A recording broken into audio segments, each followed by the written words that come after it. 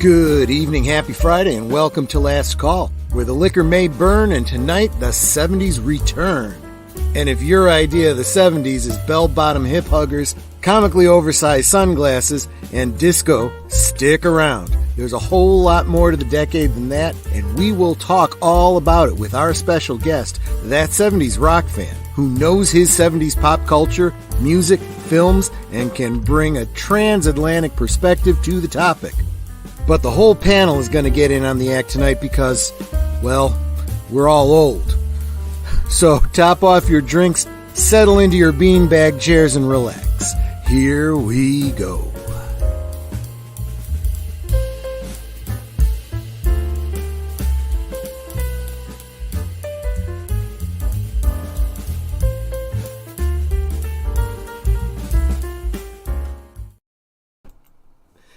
Now, I know that I try to get smooth with my opening, and I try to bring in everyone one at a time, but the thing is, I just don't like keeping people waiting. So I'm just going to bring everybody in right out and say hi. So let me first start with my regular co-host, Aged Boomer. Friend, how you doing and what you sipping on? I am doing well. I am sipping on a ruby red ocean spray grapefruit juice type drink because I have to work in the morning. That sounds good. That sounds good. I wanted to ask a question though. Can I say the T word? Depends on which T word you think, but yeah, I can't think of a T word I have a problem with. Titmouse. Titmouse. Is that a cuss word? No. I was going to say it's a little early in the stream if we're going to get really, really raunchy here, but something like WKRP in Cincinnati, Booger. Booger. Yeah, exactly, exactly. Speaking of the 70s, right. Okay. Yeah. So me, I am well. You know, I always have a video. Quality is our legacy. Handcrafted, barrel aged. Go ahead. You deserve it. Glenn Gooley, for the best of times.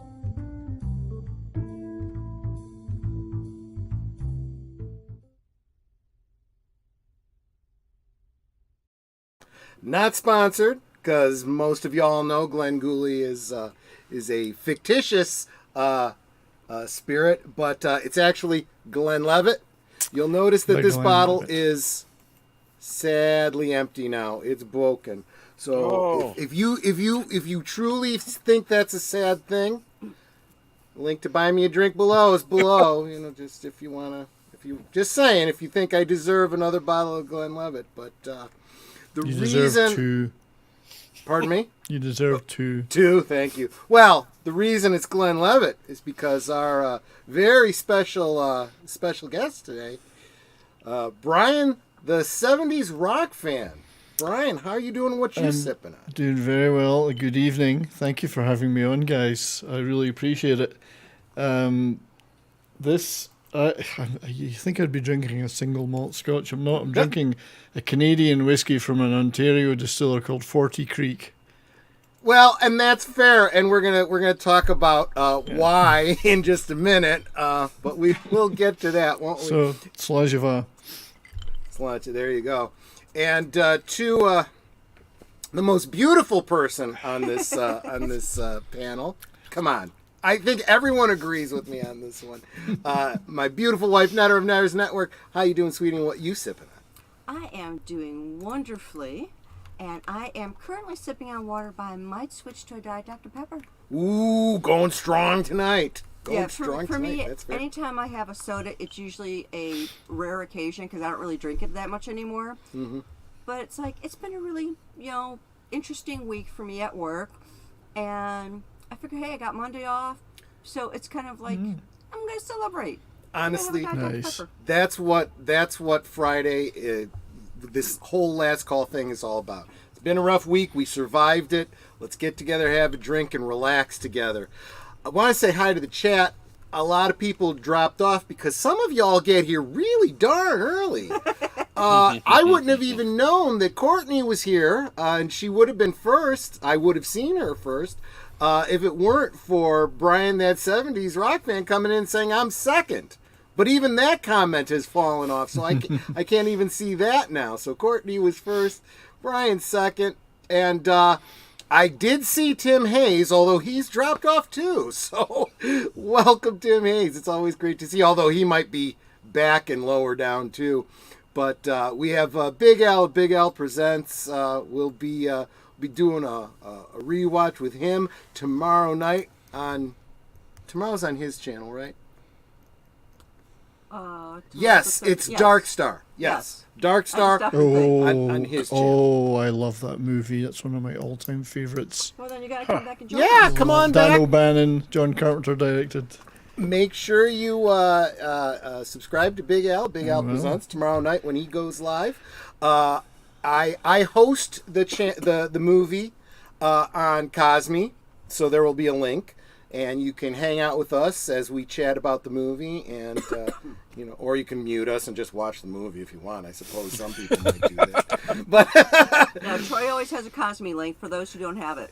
But then let me and I was just saying on the social medias, deleted scenes. Stephen Otten, here's to you, my friend. Remind me later, you deserve a raise. He's in there blue wrenching for us, dropping everybody's link. Steven's a great guy. Yeah.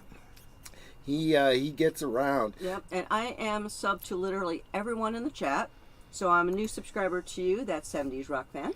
Oh, thank you very much. I'm also a new subscriber to, I just forgot who it was, Christian. Oh, Christian's my great buddy. I'll get to you as soon as I see your comment, but I super appreciate you being here.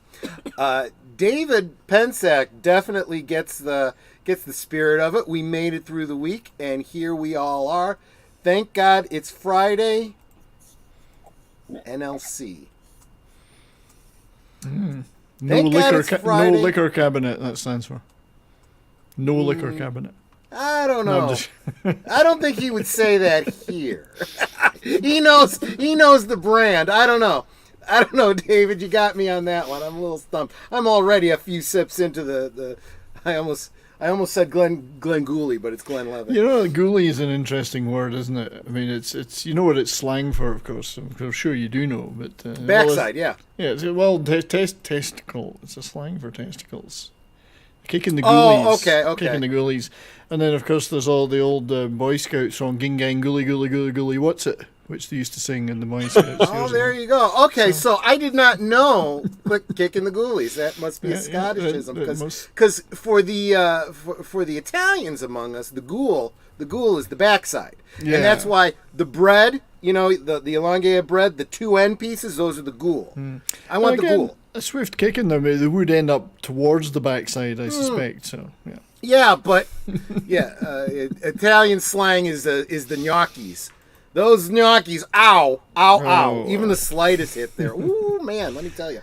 Yeah. But Evelyn Hampton, so we're going to be talking about the 70s, and we're talking about being older folk. This is a woman who, she's been around. I consider her an elder, someone I greatly respect. She may have a story or two, so keep an eye on the chat. She may share a little bit about the 70s as well, growing up in that era. We got Gorilla's Random Thoughts. Hey, everyone. Recently became part of the community, and I so super appreciate him. And Christian Delmore? Delmore, is that how it's pronounced? Delorme. Christian Delorme. Delorme, okay. Christian's a good friend of mine. He's lives in Ottawa. He's a Quebecois, but his English is impeccable. Awesome. Almost, except when he says shoot the puck, then he still sounds French Canadian. I talk about this a lot on the channel. One of the YouTubers that I follow is a lawyer named David Freitag, Viva Fry, and he's from Canada. And he doesn't really have an accent, but he purposely puts on, he does the aboot just to be funny. We all do the comedy Canadian, absolutely. Yeah, the comedy fun. Canadian, right. Exactly. Hoser, Yeah, you hoser. Well, if the Americans are going to do it, you might as well, right? Yeah, where's your toque hoser? But Let's see. I don't want to miss anybody. I think I'm getting towards the end here. You are awesome. Yes, I super appreciate it, and everyone else here super appreciates it. Davida Ducksworth, seeing you around, great. you are awesome. She's great. Thank you so much for being here. Troy is all about the 70s. I kind of am. I get more and more nostalgic as we go, if I'm honest with you. I love that Deleted Scenes is dropping literally the link for everybody. So keep an eye on Deleted Scenes. He'll drop the link for everybody. Try to subscribe because together we grow. Daniel Herron, Soundtracks with Birdman. Hello, awesome people. Hello, awesome Soundtracks with Birdman. Make sure you subscribe to him. He talk about somebody who knows his music. Daniel Herron knows his music and his soundtracks, and Well, I have a question for you, Troy. So that intro, your intro there, the music that was playing, it sounded a bit like Spartacus. Was it just kind of sounds like Spartacus, or was Spartacus? That music, it comes. In fact, chances are by tomorrow the attribution for the music will probably be in the what do you call it below. That's just the stock. That's some stock music I pulled off. They got that close to the theme from Spartacus without actually being it. That's very clever.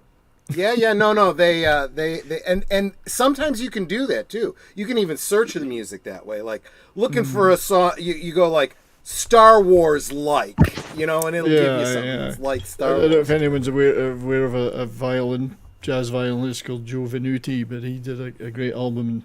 Joe in Chicago in 1978 and played for me. His band played the definitive theme from Spartacus on that album. Nice. Check that out. I mean, I'm not a big jazz man particularly, but that one album is really good. It's beautiful. Yeah. There you go. So Daniel, make sure you're subscribed to that 70s rock fan. You guys get along famously. Maybe you guys do a collab at some point. I'm always up for that because other people can fill in all the blanks that have appeared in my head in the last 30, 40 years. and things have the disappeared. farther we go, the more blanks there are. Am I right? Yeah. Pacific 414. He sat in and had some drinks with us last year. Good people. I have actually got one of his videos queued up in my watch later. What do you call it? Queue or whatever you want to call it.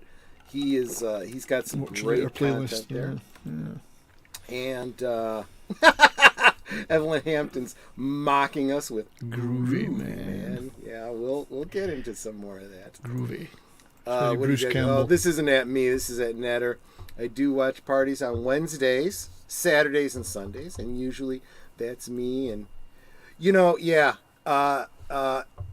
definitely Gorilla. And Gorilla is.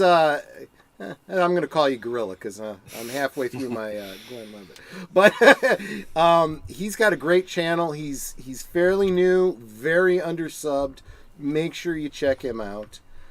Matanui, one of my great cheerleaders. Super, super appreciate you, my friend. You are awesome. Hello! Just finished my stream. Where's the bar? The bar is right here. Joker Voice was the guest bartender a couple months back. Here. We've raised it. It's way up here. Yeah. Oh, yeah. We've raised the. Oh, well, he's raised the bar. No, We're all pretty lowbrow around here. No. But that's why I bring guests on because they elevate us. And I was just talking about you a little while ago, PJ of Orville Nation. Hey, Troy and friends. Orville Nation, who says, "Together we grow." He has inspired me to grow my channel. So I super, super appreciate him. My favorite decade of music. 80s British invasion, a.k.a. New Wave. I agree, Joker Voice. I just can't get enough of that. You'll get that reference. We may focus on the 70s tonight, but you are not wrong. And I think, unless you're a lurker who hasn't commented yet, I think I've gotten y'all, and I've said hi to everybody. If not, please make yourself known. Please, everyone, let me know what you're sipping on, because that's the only way we can virtually have a drink together. Did you say hello to Matanui? I did say hello to Matanui. I didn't hear that one. I said he was one of my favorite cheerleaders. I super appreciate him. So smoke on the water, baby. There we go. That'll bring us into it. But you know what? Before we launch right into the topics at hand, I feel the topic at hand should be our guest. So I said that you could bring a transatlantic perspective to this. And the reason I said that is because although you now live in Canada, you started out over the pond. Am I right? I did. Whereabouts? Born and brought up near Edinburgh in Scotland. It's a little town. It was actually a little town called Dalkeith, but it's just outside Edinburgh. And for all intents and purposes, I just say Edinburgh because it was like 7 miles away. And it was nice living near a big city. Because at that time, in the 60s and 70s, Edinburgh was maybe, 300,000 people, not huge. But it did have a big castle in the middle of it, which not every city has. So we had something going for us. Dirty great castle on a big rock. So that's where I was born and brought up. Yeah, but I've moved around a lot in my life, lived in very many places, lived and worked in many places, and I've ended up here in the prairies of Alberta. So, Awesome. Which is great. Yeah, I'm very happy. I have a good life. I have no complaints. Mr. Happy. I definitely get that impression as I listen to your content, and got to say I love it. And everything I said in the opening, absolutely true. This guy knows his stuff about music, about movies. Don't set me up for a disappointment. I'll just fluff something now. You'll ask me a question and I'll get it wrong. Well, you know what? That accent covers over a multitude of sins, so you're fine. Yeah. Man, I guess I moved to Canada. I moved to Canada about 25 years ago or so. So, but I've lived in the States too. I lived in Texas for a few years, which was awesome. I have to say. Well, hey, it's my Texas Flood T-shirt. There you go. Yeah. Premier Stevie Ray Vaughan cover band. And I am obligated to tell you, as a Canadian, if things get bad enough, and you need to be smuggled down here, Netter and I are here to help. Well, I'm quite willing to walk across the border as long as it's the Mexican border, because it's a lot warmer, that one. This border, well, you got a point there. But you know what? Boomer could also help you out. He's in the wang of the U.S., and it's pretty warm down there too. I'm thinking he could come and get me on that vehicle there. Yeah. There you go. Yeah. What do you mean the wang of the U.S.? Honestly, the bit that droops down. It yes, does. the bit that droops down. Yeah, I'm just afraid. You have these hurricanes. We had a whole show dedicated to it. I'm afraid one of these days you're going to get, it's the blowing's going to get you so excited. The wang's going to start doing this. He's in the bit that looks like it's peeing on Cuba all the time. Yeah, well, maybe it kind of is. I mean, depending on how you look at it. I remember hearing the stories about what happened to Cuba while this thing was on their way. I was like, yeah, that's not good. Absolutely. Say hi to Leia Plus Size. Good evening. Glad to be on a chat from the decade I was born in. Absolutely. And speaking of the decade you were born in, birthday, let's see, coming up. I'm drawing a blank here. In 2 days is her birthday. So let's everyone wish Leia Plus Size happy birthday. Happy birthday. Happy birthday. Happy birthday. And many Salute. more. Before, yeah. Oh, she did. She if I'd have finished reading it, she actually gave me the answer. I didn't have to check my notes. But there you go. Thanks for being here, Leia. You are awesome. But anyway, yeah. Mm-hmm. So growing up in Scotland. Yeah, born in the 60s. Well, 60s. Born in the 60s, grew up through the 70s. So it wasn't all that. It wasn't bad. I mean, a lot of rain and sideways wind, but that's still true. I understand. Yeah, that's right. Yeah, I've got some pretty good memories of that time, and I was very lucky, very blessed, to have a great family, and was brought up in a secure and great family, and albeit a bit noisy sometimes and strict, but I seem to recall it was pretty damn good. It was a great era to grow up in. For me, the 60s, I was 7 years old in 1970, so for me, then I really just started to become aware of all the things that were going on culturally. Yeah. And most of it, even then, was shared with North America and a lot of the same groups and movies and singers and so on. We had our own ones as well, of course, as everybody did in those days. Everything still had their own logo. You have a band that was big in your area, never heard of somewhere else. I don't know if that still happens now. I'm sure it does. Yeah. I don't know if people talk about it as much, but it's absolutely true. But yeah, no, you're right. I mean, the 60s and 70s was when, although it could have easily been true back to the 30s, I feel like the 60s and the 70s was when bands and films and so forth were shared worldwide more. You know, that there was that zeitgeist. You know, like we think of Star Wars. Star Wars hit the world, right? You know, and you go back to the 30s and 40s, you don't see that so much. There was a time lag, I guess, because it took time for things to be the shipped advent across of the Atlantic. television and of course the broadcast television didn't really get going properly till after the Second World War. There were some attempts before it to, like the BBC and others did some stuff, but speaking of films, speaking of the industry and so forth, we have an actual entertainment celebrity in the house, the real deal with Tom Conkle. Welcome, Tom. Yes. Oh wow! Be Great sure filmmaker to and director. subscribe to his channel. Be sure to buy a physical copy, because you should always own physical media, of his film Trouble Is My Business. A great If you movie. get it on Blu-ray, correct me if I'm wrong, you can have it in both black and white and color. You can now get it on Blu-ray in black and white, and that you should always get it in the original black and white, and the original Klingon too, if you can. But, and if you have trouble with the original Klingon, I can help you with the translation. But yeah, Tom's got a new project coming out that he's working on, I've seen. So if he wants to tell us about that in the chat, that would be fantastic. Looking forward to it. Yeah. Looking forward to it. And Tom, get those memberships back up on your channel again. I'd be happy to continue to be a member, and even if you're not putting out extra content or whatever, I want to support you in any way that I can. I would be happy to do that. Just saying. No pressure there, but I want to give you money, is what I'm saying. It's interesting that you say black and money. What is that? Yeah, I know. I'm retired. I have no idea what that is. I eat cat food, so you know. And it's tasty. Trust me. They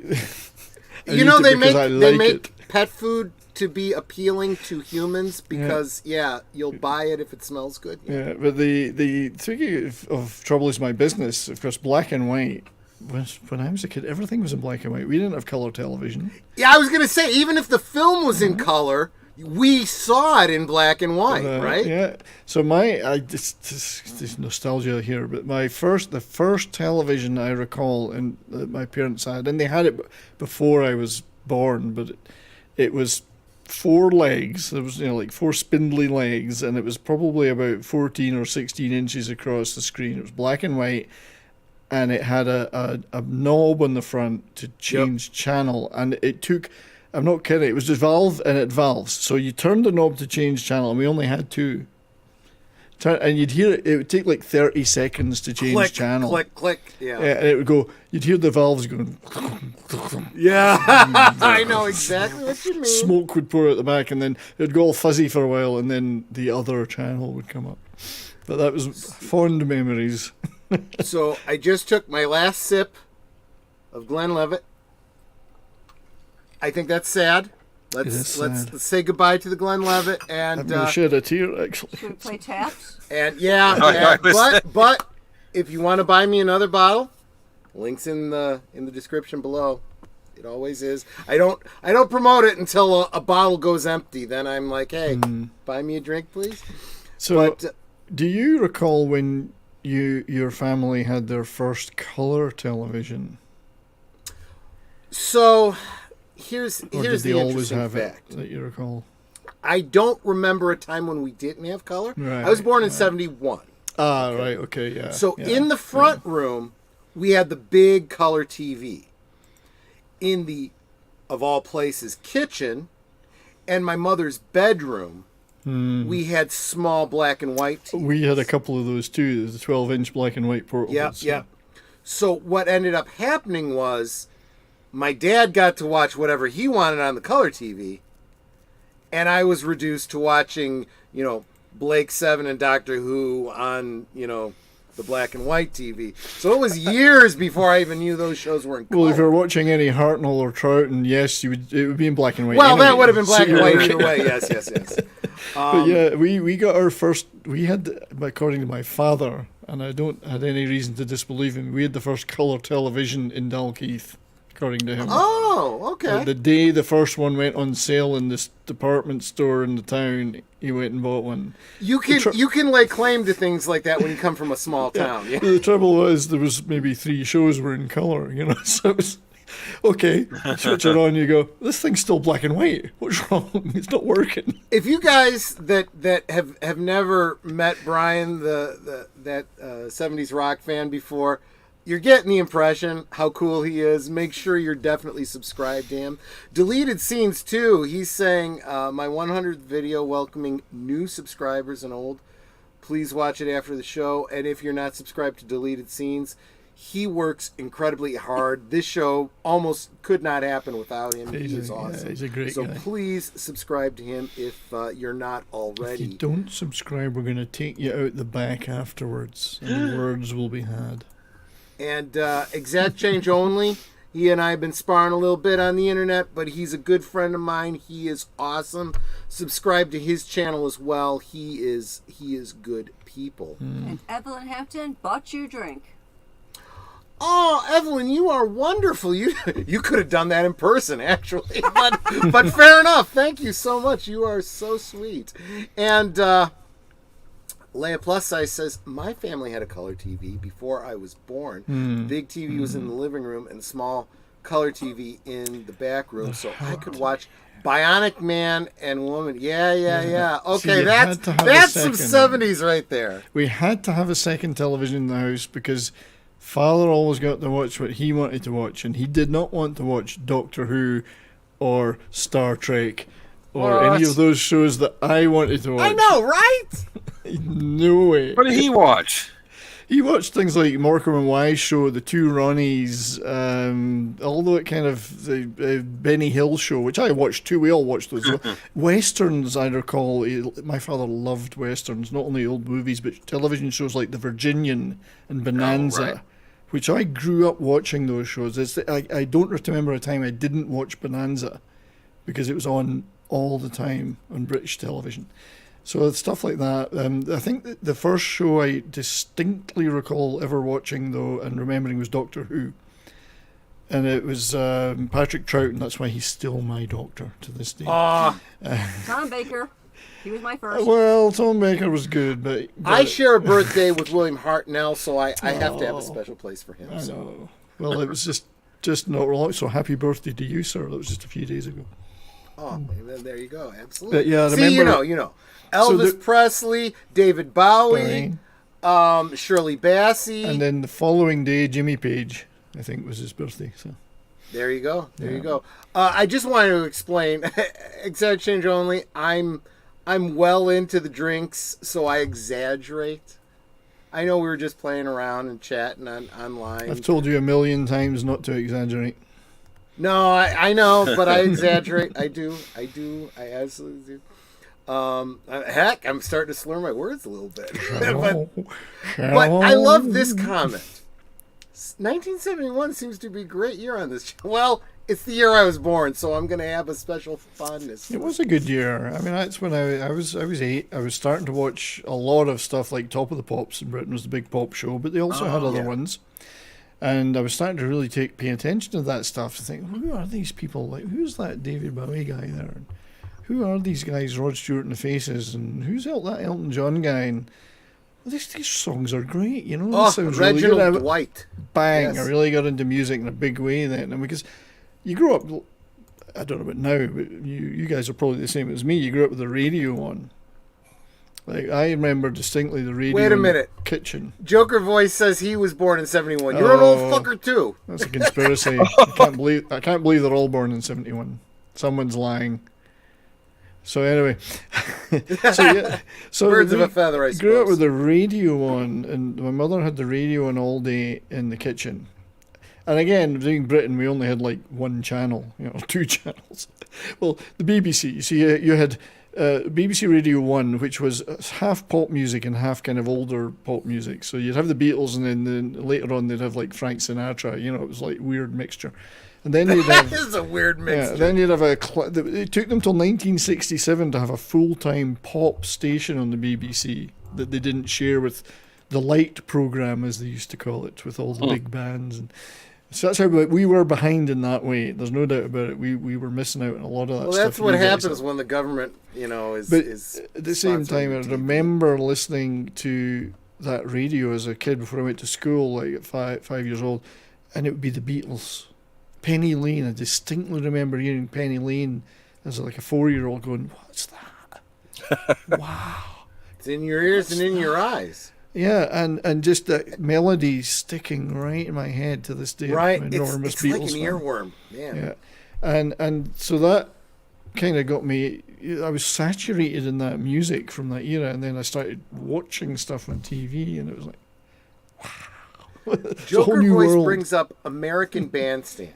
So thank you for bringing that up, because I think that because Brian mentioned Top of the Pops, I think our American audience might not realize. Yeah, that's basically a British, similar type show. Yeah, the trouble with Top of the Pops was that it was all mimed, of course. Very few live performances. They mimed everything, which I felt. Well, great. actually, You had the American record. Bandstand did too. Yeah, I mean- and I felt I wanted to hear the real musicians play. Sometimes, though, I believe they preferred it that way because people got to hear the record, and the record sounded better. There is something to be said for that. And honestly, that's been the way. I don't care which side of the pond you're on. Entertainment has always done that. You do your best work in the studio. You look, my opening monologue. I go in and I take out all the and stuff like that, and the mouth sounds and stuff, and any pauses and mistakes I make, and it sounds really, really good. But that's editing, So when you have that opportunity, you do it, and that's what a lot of musicians do, and you've got to have a great deal of respect for those that choose to perform live and just go with it. But I don't know if you've ever heard a live performance of one of your favorite bands or performers. They're out of breath because they're up there performing and dancing and stuff. And on television, particularly, the mix isn't necessarily that good. The sound, they were at the mercy of the you're at the mercy of whoever's TV doing the sound sound for the show. engineers. Yeah. No, But then you make a great point. But then they started doing serious rock shows like Old Grey Whistle Test and stuff like that. So then you got to hear some really class rock music. And at that time, the early 70s, it was Led Zeppelin, Deep Purple, Black Sabbath, Pink Floyd, Genesis, regularly on TV on shows like Old Grey Whistle Test. So we're kind of spoilt, I think. I was brought up in a year where that was commonplace to see guys like that performing in front of you on TV. Actually, David Pensack and Leia Plus Size bring up Soul Train. Yeah, we also had Soul Train, which was a similar type of show that I've don't seen know. a lot of clips. Yeah, I never actually saw an episode of Top of the Pops, but Lucky American you. Bandstand and Soul Train. One of the cool things about it, maybe not so cool depending on your point of view, is you'd feature these artists and you'd hear their music, and you had people in the studio there like dancing and stuff, and it's like, I don't know, something to look at, I guess, while they were. the Top of the Pops dancing was cringe. I mean, It all all these was cringe. people Yeah. were, self-consciously dancing to some crappy Herman's Hermits thing or something, and like the cameras moving amongst them, and they were just so uncool, and it was cringeworthy, really. But that was so- Britain. Britain's not that cool. Oh, come on now. Soul Train would be cool. I think of rock and Some of the roll. voices I think of Great Britain. You know? Yeah, but I'm thinking of mainstream British pop TV was not No. necessarily He's. I should have front loaded with this. I probably should have mentioned this in the green room. Obviously, I'm a big Anglophile myself. Married to a woman. Her mother. My mother-in-law was born in Oldham, England, Lancashire. Oldham. I've been there. You've been. Yeah, it was closed. It was closed, so I had to turn back. Still a tiny little backwater town, right? Really, Oldham's a fairly big town. It's not okay. It's not that hip, but it's pretty. I mean, it's Lancashire, isn't it? So it's It is Lancashire, near, and that's my mother-in-law used to. Her joke was she referred to herself as a Lancashire lassie, and I'm like, I'm all for that. You don't do the English accent very well, dear. Well, But I'm also Oldham, drunk, so I really can't even part do an of- American accent very well But right really, Oldham is on the outskirts of Manchester. Now, Manchester, Liverpool obviously is 30 miles away from Manchester, and everyone knows about what came out of Liverpool. But Manchester had a huge music scene too, you know, the Hollies and bands like that. And then, you know, there's dozens of great bands have come out of Manchester. That had a thriving scene as well, so not a bad place to be in the 60s and 70s. Oldham, it would have been now. alright, yeah. So Evelyn is bringing up some of her 70s memories. TV shows such as Emergency, Battlestar Galactica. We got the Tom Baker era of Doctor Who at that point. Wonder Woman with Linda Carter. Kung Fu and Starsky and Hutch. Oh, Kung Fu, I love Kung Fu. And David Carradine. It's funny, I'm just doing my show on Monday, doing Southern Comfort, which of course is Keith Carradine, David's brother. Yes. Was the lead in. Yes, the Carradines, Hollywood royalty, a dynasty. Yeah. Kung Fu was great though. Grasshopper. But and of course Joker Voice is talking about Wonder Woman again. You got to understand Wonder Woman, especially I think for everybody. The women looked up to Linda Carter, and all the boys in the 70s went through puberty over Linda Carter. And I was just at that right age when Wonder Woman came on TV in Britain to be. I was like, I'm liking this show for a different reason from the other shows. No. There was a this one you might not know. He's pretty regional. Or he's still kind of regional. Svengoolie. He's a horror host. When he first started out, he was Chicago local. So outside of Chicago, nobody knew who he was, and he had a shtick where he was doing a sketch where he was an executive for, I don't know what network, maybe it was ABC. I think it was ABC that carried it, and he was reading letters from fans, and he reads the letter and he goes, "We want to see more of Wonder Woman," and he goes, "I'd love to help you out with that, but that's as small as the outfit gets." And then he goes to the next one. Well, that always puzzled me as well, though. She's in a invisible flying vehicle, but her clothes are still on. Why are they not invisible too? I have questions. The best. I have questions. Oh, the best. There's a great one where she's got that magic lasso, right? And she's got to defuse a bomb, but it's one of those situations where you can't step on the floor. So you gotta Mission Impossible down from the ceiling. So and Linda Carter was incredibly talented. She was, I don't know if she was an acrobat or what, but she's got the lasso. She lowers herself down. She's hanging by her heel. She's upside down and she's defusing the bomb.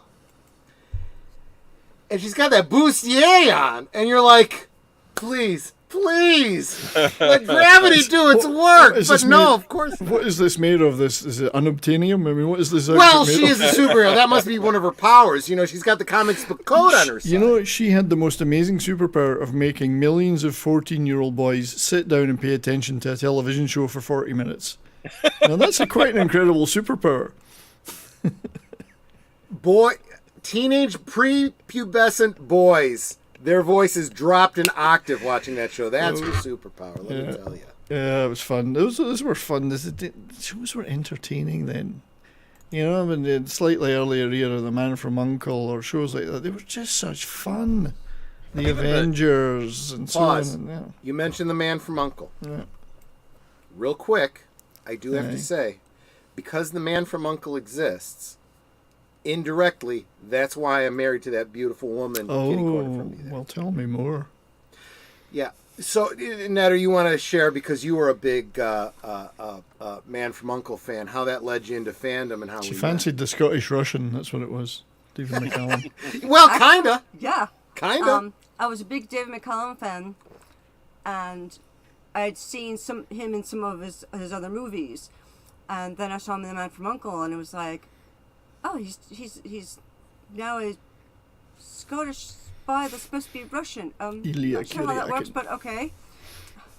Yeah, you could be Russian with a British accent, You see, I guess. if it had been Sean Connery, we just done it as Sean Connery. Yes, Napoleon. There you go, Yes, Napoleon. Let's go on a mission together. Yes. Well, I suppose it's no different from Jean-Luc Picard being a Frenchman with an English accent. Well, yeah, there's that too. Again, I have questions. I never understood that. Why did you make Picard French and cast an English actor when you could have probably picked up some French actor that would have had a proper French accent? When she was in Chicago, Marina Sirtis had a story about that. Marina Sirtis, also British, so she affected a different accent on the show, but she was British. And so that question came up in the Q&A with her. And she said, we talked about this on set. She said, and my theory is that with all of the, future history and the World War III and all this stuff that happened in the Star Trek timeline, things happened, and Britain reclaimed France, and now the French speak British English. So that's my theory. Colonized them again. Yep, recolonized. Like Henry V and co. Because that was the English. They were at odds with my countrymen at that time too. It wasn't yet United Kingdom. So, but the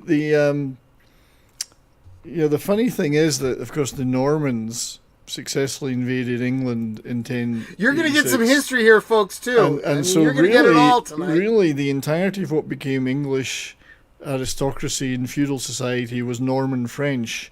So I guess going back the other way with Picard was probably, it's just re-exporting it. It came from France and it just went back again. So. Absolutely. Yeah. But, he's got a French winery. And we talked about this over the New Year's weekend. I still happen to believe that Italian wines are better. That may be sacrilege to some of y'all, but don't care. It's my channel. I can say whatever I want. Including saying hi to Jedi Bill.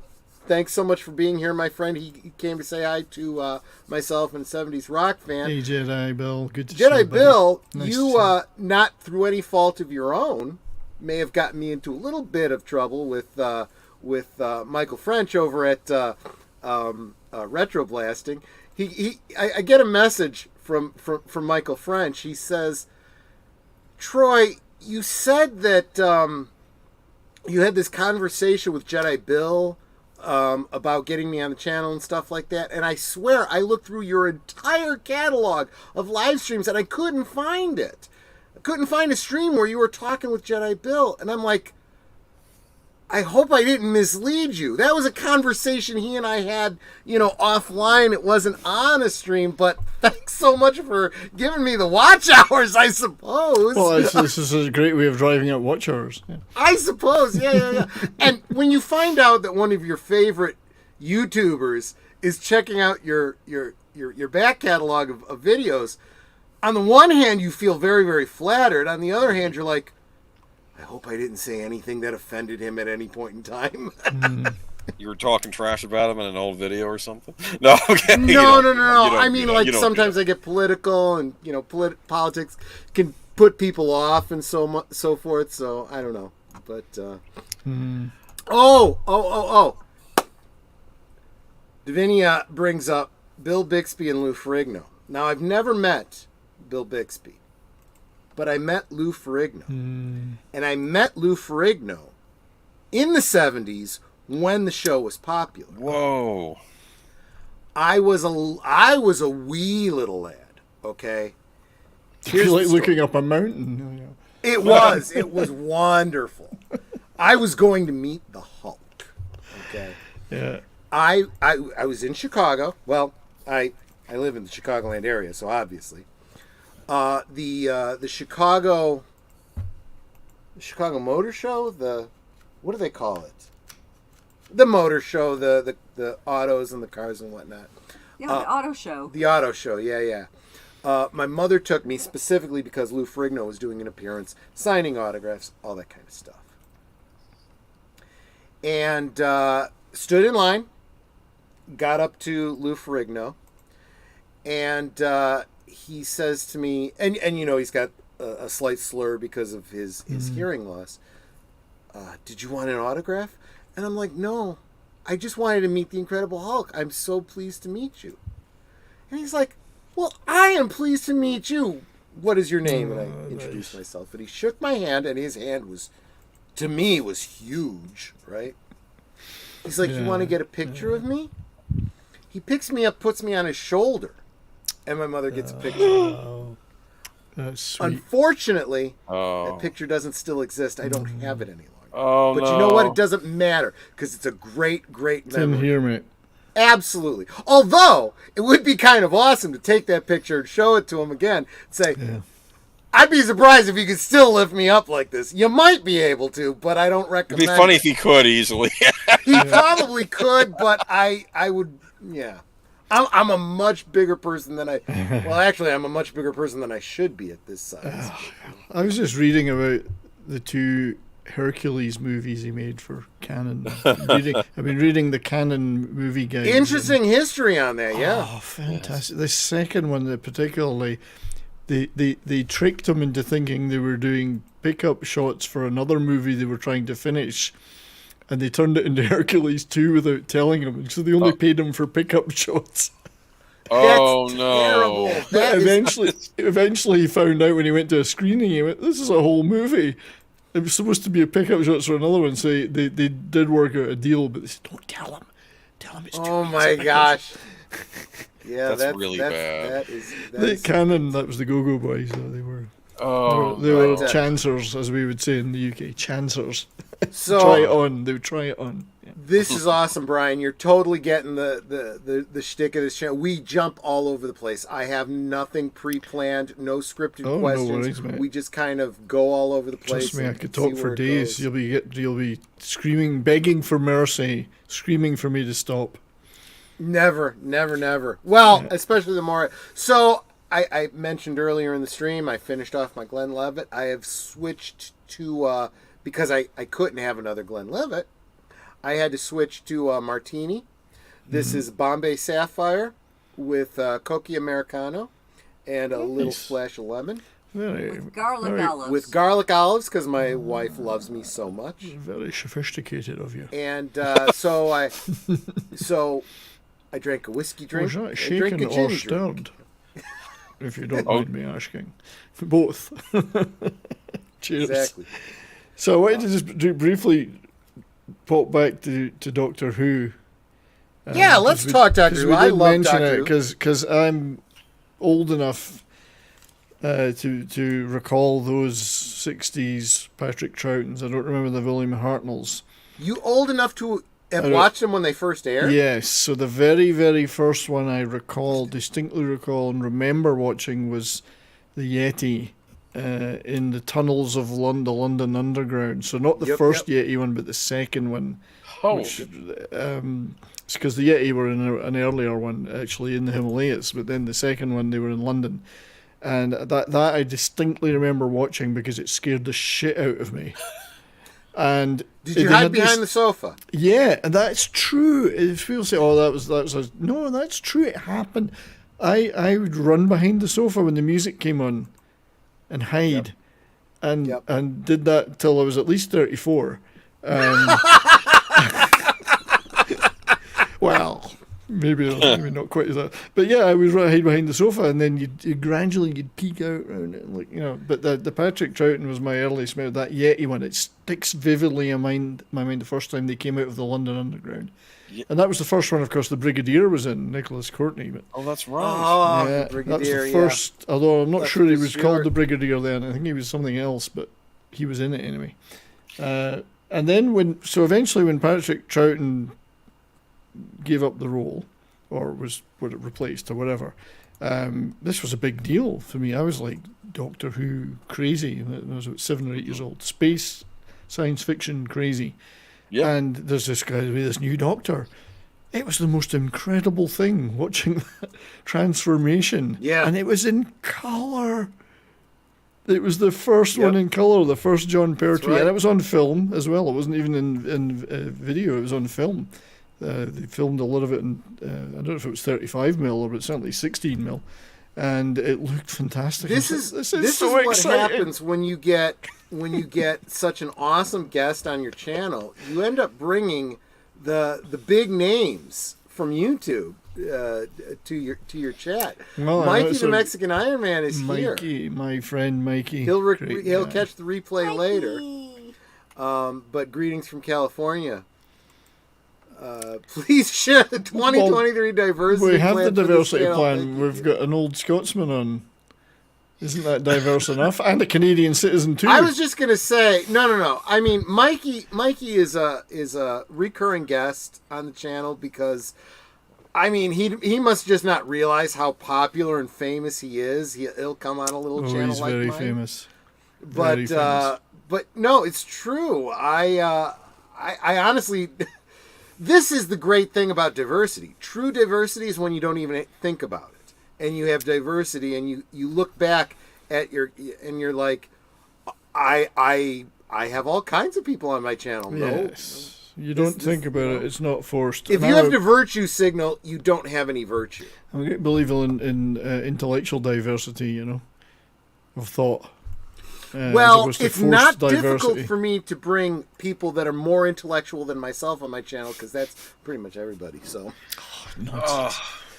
but in fairness, so as long as we're on Doctor Who, because there's really not a lot of call to talk about Doctor Who these days. So as long as we're talking about the 70s, you grew up with the current shows because you were, that was my thing every Saturday. You were able to watch BBC Live as they happened, and I used to say, I wish I could watch that again. And there was still no way of watching. This is what I keep telling the younger audience members.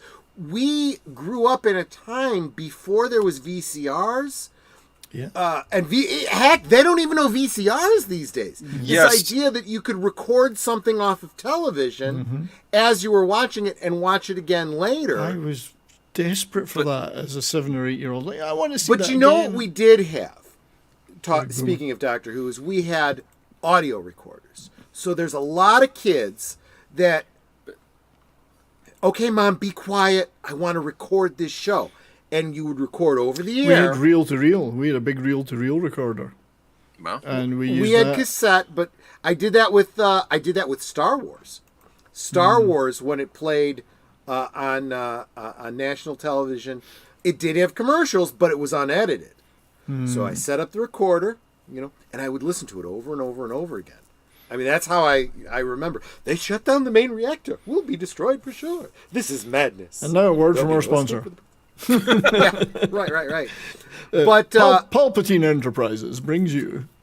So when I talk I can just imagine Obi-Wan getting cut down and them cutting the commercial right there. That's right, yeah. It's like, yeah. Don't go away. We'll do that, right. See what happens, exactly.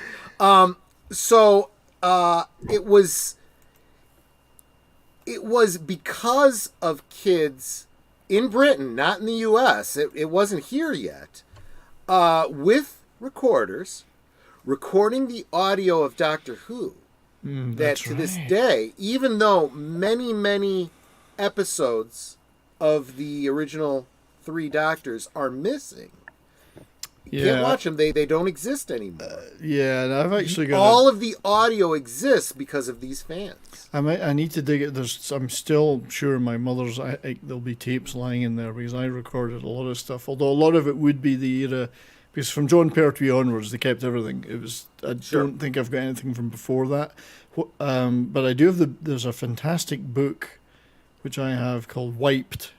Yep. I can't remember the author, but I've got it over there, and it's all about Doctor Who episodes and the search for them. And they update it online occasionally with new finds, but it was just criminal. And the stuff they found in like relay stations in the outback in Australia or some station in Nigeria that find a tape marked whatever, and it was Doctor Who. There's an old video on my channel. You can find it. It's one of my earliest ones, talking about the lost episodes, specifically because I did a lot of research on this. Okay, got to back up to high school. Okay, so I went to high school, born in 71, so obviously I went to high school in the 80s, class of 89. And when I say high school, you understand what I mean? Because I know... No, we had high school. Okay, but you might call it... We didn't have junior and senior high school. We just had... We had what was primary school you went to till you were 12, and then you went to high school.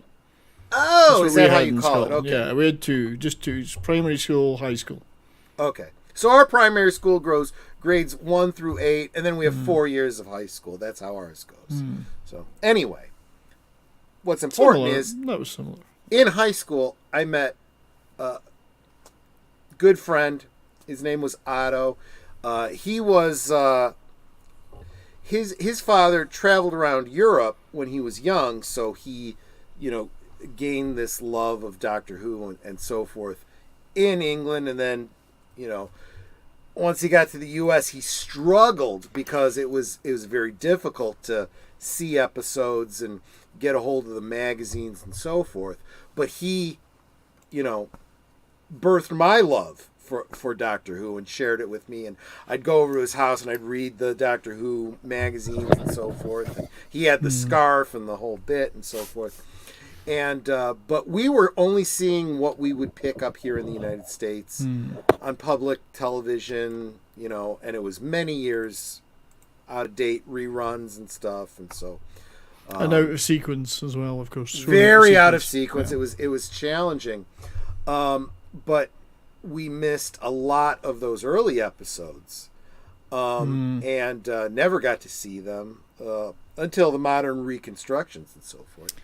And so when I got married and the internet became a thing, the internet's wonderful. Are those two things connected? Your marriage and the internet becoming a thing? Was the internet no, it's just the same time. No, I didn't meet my wife on the internet or anything like that. Well, maybe they invented the internet to cover your marriage. That was all. Well, so we could watch it. Yeah, no, right. We actually met at a Star Trek convention. That is true. There's no finer place to meet someone. Absolutely. Well, Captain, I met my wife in a bar, but that's the second best place. But so anyway, I once I started getting on the internet and researching the missing episodes, I realized that there is this reconstruction group out there that would put together telesnaps with the available audio. Yeah.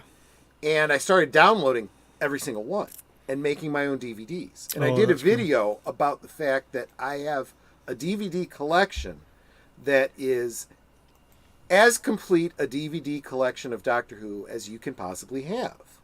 Now, many of those early Doctor's episodes are those reconstructions, but you can get the story from them at least. And more, I'm replacing them as they decide to...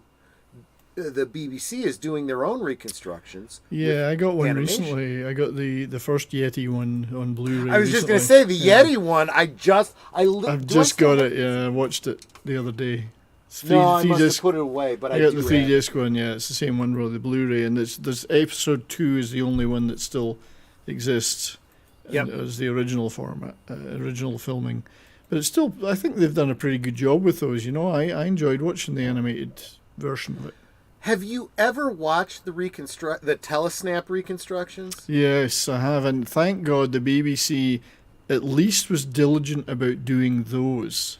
Yeah. For every show. They never lost any of those. They kept all, I guess because it was outside photographers that came in and did it for them. It was. These outside photographers, well, it wasn't just the outside photographers either. The reason that these outside photographers took these telesnaps was at the request of the actors on the show.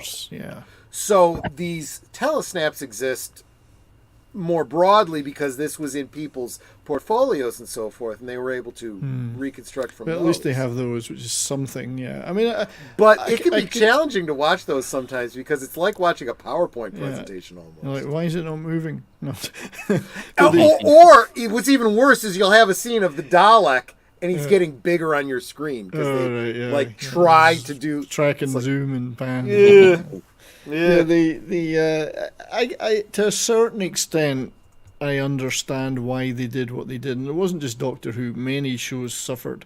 Quatermass, Pete and Dud, all those comedies, Dudley Cook, Moore and Peter Cook. Lots of stuff got scrapped because the BBC had a budget. It was a public service paid for by the taxpayer. Film was expensive. Tape was expensive. Yeah. Storage was expensive. Relatively, they had no idea this stuff was going to be a commercial gold mine later. There was no concept of that. This was just ephemeral pop culture. Bang, it's done, it's gone.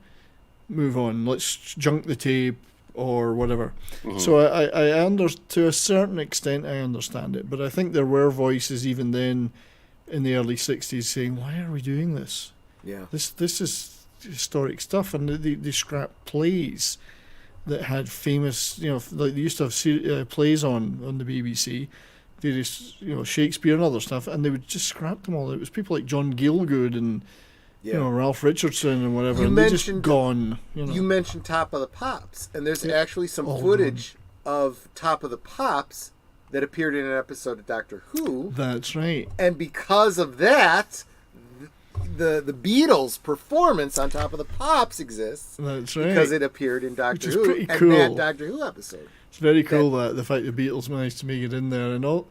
There was other footage of Doctor Who would appear in shows like Blue Peter, which was a famous kids show in Britain for years. Yes. Which Peter Purves was in. He presented Blue Peter for many years, and he was in Doctor Who, of course. Yes, he was. And which I didn't recall when I watched Blue Peter, because that was earlier than I remember watching Doctor Who, the Peter Purves stuff. But they had various times they'd have the Doctor Who guests on, and they would show clips of the shows, and those were some of the only remaining clips from those shows. And they would cut them out. So you mentioned Blue Peter. Again, another show that we never actually saw. I only can find clips of it on YouTube for things that I'm interested in. Fascinating show. There's one clip from Blue Peter that... it's not the elephant crapping one, is it? That one I don't know about. One where they had an elephant in the studio and it just shit everywhere.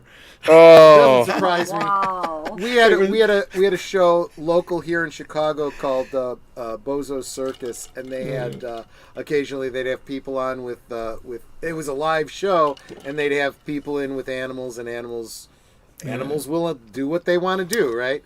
But it was hilarious.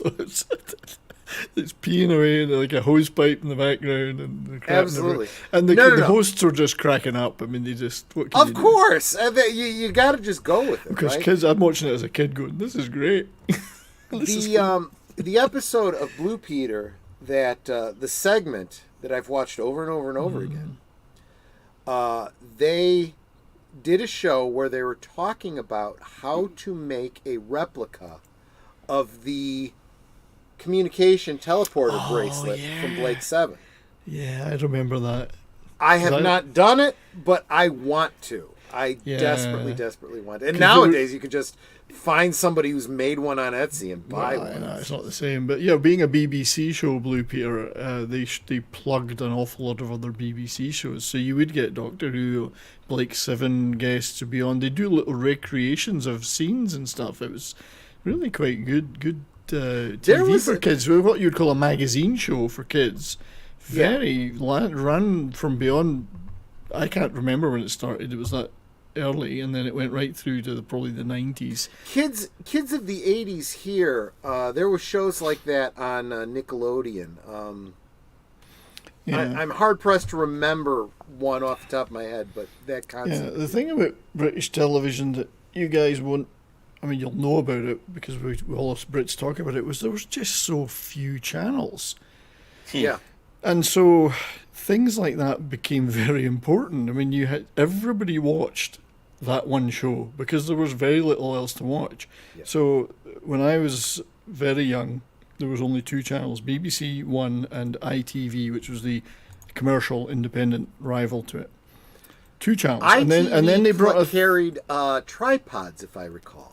I thought Tripods was a BBC as well. Oh, it might have been. You might be ITV right. had the Avengers and stuff like that.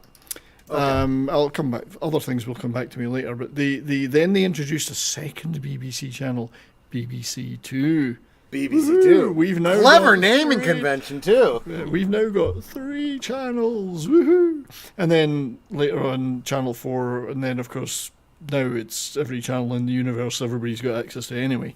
But because you would think, well, that's terrible. You only had 2 channels. In a sense, it was, but in another sense, the quality was so good that it didn't matter as much. You had Doctor Who, you had The Prisoner, you had Star Trek, you had just so many great shows were on. Yeah. And so many, just the quality was seemed to be a lot higher. Maybe I'm an old fart, Monty but Python. I feel like I talk about these shows from my childhood, and it's like I just feel like television was better back then. The quality was tremendous. Now, yeah, there was junk in every era, but I look back on that era, and they had these great British classic comedies, Steptoe and Son, Till Death Us Do Part, Monty Python, and all the shows that led up to it. Fawlty Towers, was that in that era? And that was later, of course. Oh, okay. Fawlty Towers was more late 70s. I'm thinking of really the late 60s. But the Two Prisoner, Ronnies. the show, the Two Ronnies, the Morecambe and Wise, The Prisoner, Dave Allen at Large. Dave Allen. I remember his shtick where he'd stick his finger up his nose. These shows were fantastic. You'd get a show like Morecambe and Wise, 2 British comedians, and they had the Beatles on. Half my viewers are going, I have no idea what these shows are. Those guys got 40 million people watching them out of 60 million people in the country. You know, and it was quality. They'd have the Beatles on the show. They'd have whatever, you know. Thunderbirds, there's all the Jerry Anderson stuff. Thunderbirds, the quality, UFO. And the quality just was fantastic, given there was just so few channels to watch. Yeah, Boomer's a big UFO fan. Oh God, I love that show. Oh, it was excellent. Yeah, I mean, I only lasted 1 season, but big fan of that. Yeah, and I think they took some of the remnants of that and turned it into Space 1999. I think there was. Yeah, that was original. Yeah. Space 99, from what I read, was going to be the.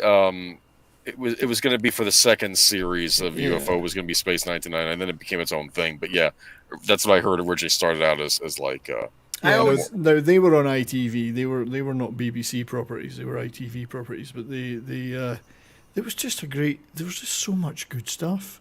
So I don't look back on it as a time that we were deprived because we had only 3 channels. Yeah. I have like a dozen shows off the top of my head that I can think of that were classic. I wish we had appreciated it more when we were kids. We didn't realize how good we had it. We didn't. I used to complain, there's nothing to watch now, or I'll never see that show again, and it was great. Yeah. Well, now I look back and I think, oh God, I didn't know how good we had it, you know. Especially as I think the biggest impact for me, and I don't want to make it all about, look at me, I'm old, but biggest, and therefore I'm wonderful. Watching the moon landings live was an enormous event for me. I was 6 years old.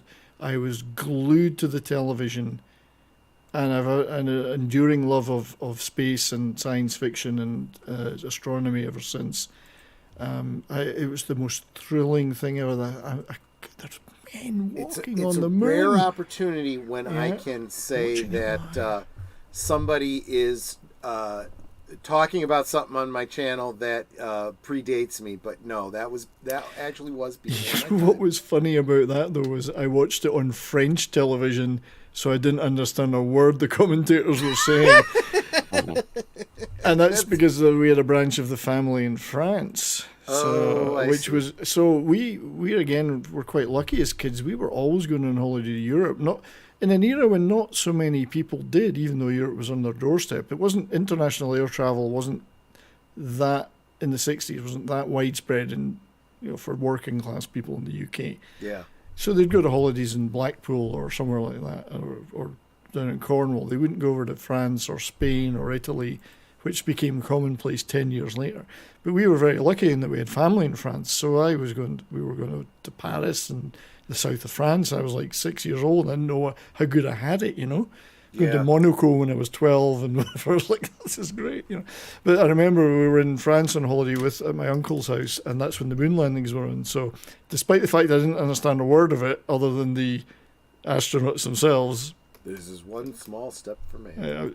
I was still glued to it, but I was very appreciative of that. We had a lovely branch of the family in France. And, my experience, because of I was born a little bit later.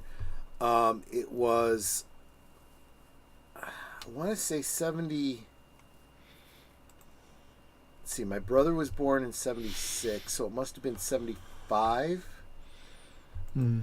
Someone can correct me if they really know their history, but I was at the Apollo launch, the Apollo mission that linked up with the Soyuz, the American and the Russian ship.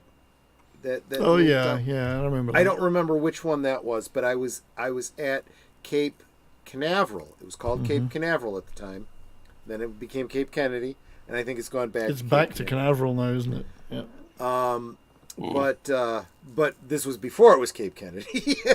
And I was there to watch the launch of that particular rocket. To just call it Cape Wang and be done with it. Yeah, pretty much. Sorry, Boomer. That's But you have a lot of bragging rights in that state. We have nothing else to pick on you about except it looks like a limp penis. So come on, give us. But then and the other memory I have is being in school and watching on TV the Challenger explosion. That was that was awful. That was 80s, but still that was rough. These because I'm so into space stuff. These have been markers throughout my life too. Watching all that stuff live, the Voyager launches, and then every time it passed a planet, watching those things live, and it's like I used to plan stuff around that. I'm not going to miss that. So we spent an hour and 15 minutes talking about everything under the sun, but what we haven't talked about is 70s rock. I wanna. I know nothing about it. Never heard of it. What do you know about 70s rock, right? Funnily enough, Boomer, you mentioned that you were drinking Ruby Red. Ruby Red is one of my favorite songs by the band Slade, who I adore. Deeply adore, and very few people in North America know who they are, but Slade, again, one of those bands that were on top of the pops every week in the 70s. I love Slade. Ruby Red was one of their hits. Maybe we should get this out of the way first so that we can go on to happier things, but again, I want to request from my chat, please make sure you're subscribed to That 70s Rock Fan. And then go and check out one of his most recent live streams. He was talking about this. Tell the younger viewers that wouldn't know about a wonderful talent that we just lost. So yeah, unfortunately this week we did lose one of the, there's no hyperbole here, one of the all-time greatest guitarists of all time, whether you consider rock or any other form of guitar playing, any other genre, Jeff Beck, who never quite had the commercial success of his friends and contemporaries, Page and Clapton, but I consider him to be a superior Clapton guitarist. Had some great things to say about him this week. I've considered him to be, not that they're bad guitarists, I consider him to be superior guitarist in many ways to those guys. possibly only second to Hendrix in rock guitar playing of all time. And Jeff Beck, he was a guitarist's guitarist. They all knew him, were impressed by him and loved him. And it's a big one. This for me. I mean, it's maybe not quite as big as, let's say, Jimmy Page when he passes away, but it's for the commercial public out there. Because Jeff Beck was never in a Led Zeppelin. He was in the Yardbirds, then he had the Jeff Beck group of his own. But he was just an incredible talent. I was very lucky to have seen him in concert a few times. And I've got virtually all these albums from each era, and it's just a unique and special talent. Nobody sounds like Jeff Beck. Nobody. No one can imitate him.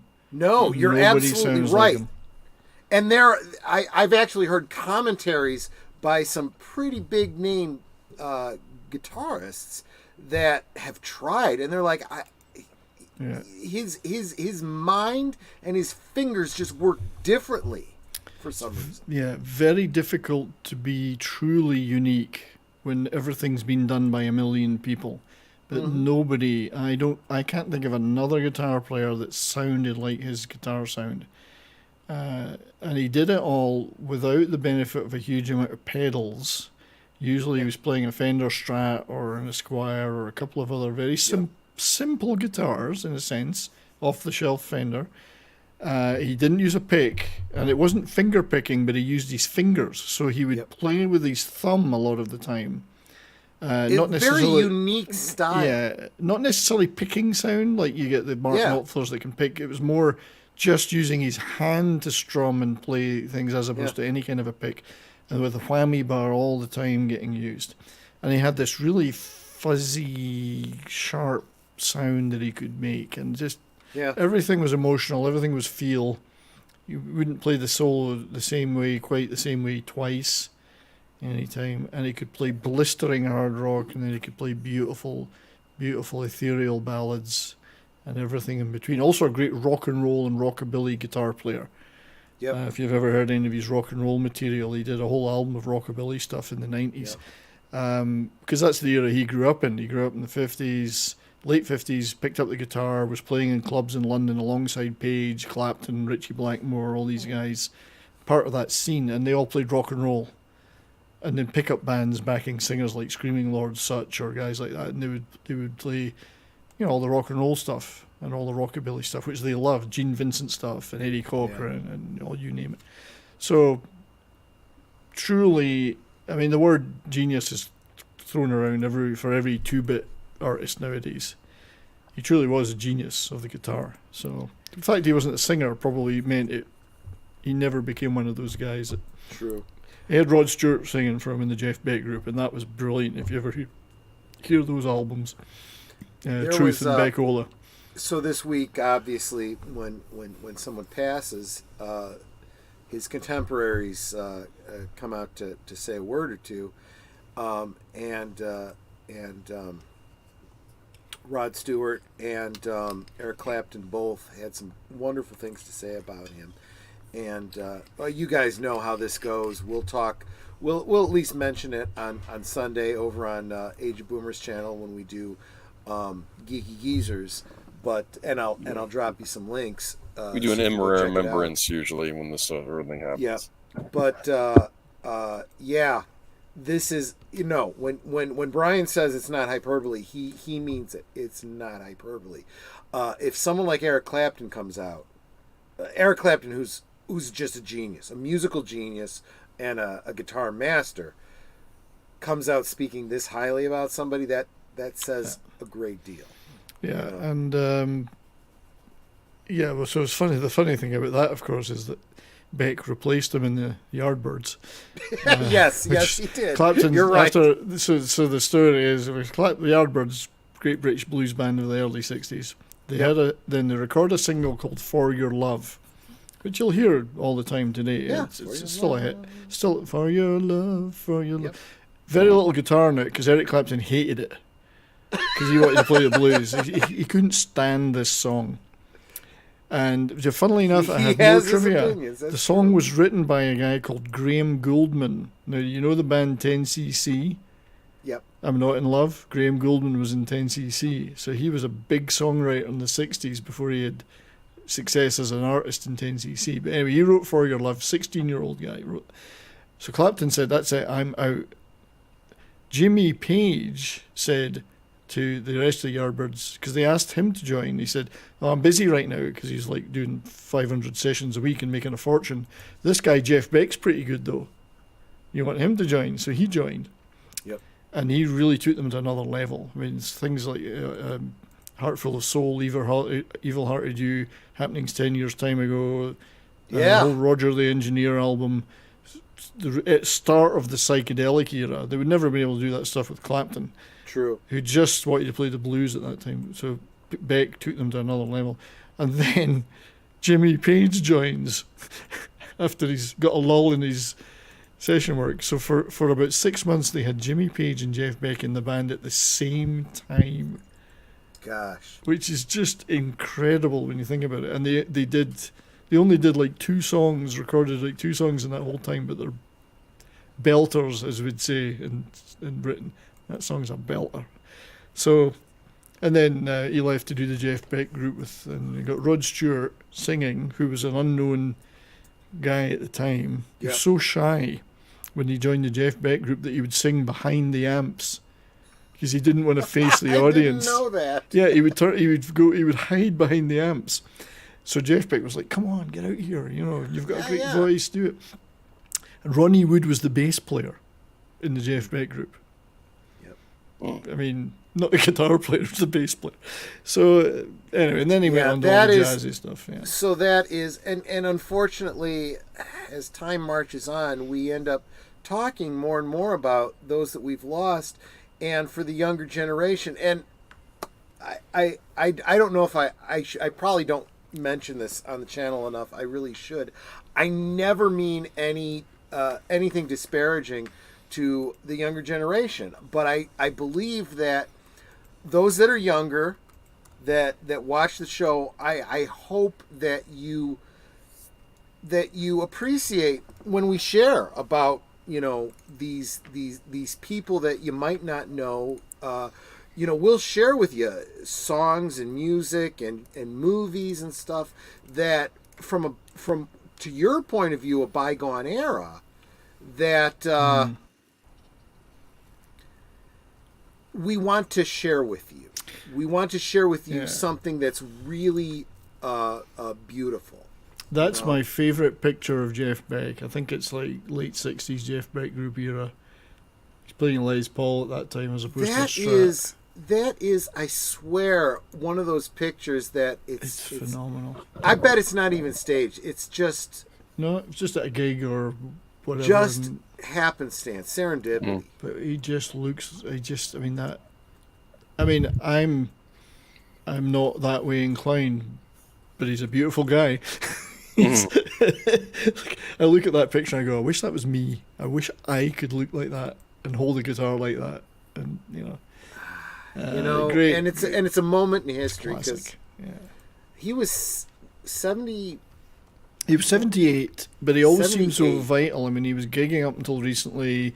Never had any weight on him. He was a pretty lean guy. Looked good. Took care of himself. Yeah, he looked like he was older, but he didn't look like he was just, keeling over kind of guy. When it was bacterial meningitis, what can you do? I mean, it's I'll be honest, though. We have the whole gambit of people that... I look at Keith Richards, and I'm like, well, how is he still alive? The thing about Keith is that Keith did die several years ago. No one's had the heart to tell him, though. No one's... Absolutely! They've been telling him. It's like, hey, Keith, what? Just lay down. Why? Just don't tell him. Because you're dead. Oh, I knew I wasn't feeling so good. No, you tell him. I'm not telling him. Was that last Jack Daniels? I don't know. But the other side of that is maybe he's just done so many things in his life that he's just so well preserved. I think he's pickled. He's fucking pickled. That's what it is. He's fucking pickled. Yeah, like a pickled egg. He probably sleeps in a bottle like this every night to preserve himself. You know. Just want to real quick say hi to Jason Fox from 440 Studio. Thanks so much for being here. He has an awesome channel too. Definitely check it out. I've been on with him a couple times. Not as awesome. Refilled my martini, so bear with me, folks. Not as often. I know. Not as often as I'd like, but I'm a busy guy. I try to get on with him whenever I can. He's got an awesome channel, so definitely check him out. Yeah, this may actually change us on gears. I'm going to bring this topic up because it came up and it's an interesting one. But before we actually get there, exact change only, I do want to pivot on. We were talking about Eric Clapton. One of my favorite pieces. Eric clapped out. Pardon me? Eric clapped out. No, right. Just kidding. One of my I like Eric. Sorry to interrupt you, mate. I like Eric, but I still think Duane Allman was the best guitar player in Derek and the Dominoes. Not Dude, Eric. I don't disagree with you. I don't disagree with you. But I'm glad you bring up Derek and the Dominoes because that goes exactly to what I was going to speak to. My favorite piece by Derek and the Dominoes, well, it's probably one of the most famous ones. Even the younger generation knows it, Layla, right? When I would listen to, and I think I've mentioned this on the show with Aged Boomer, I used to work at a video store, and I used to play. No, it's not The Wise Guys. What was the movie called? Goodfellas. Goodfellas. Yes. Ends. Yeah. Okay. Goodfellas ends with Layla. It does, and very effectively, I find.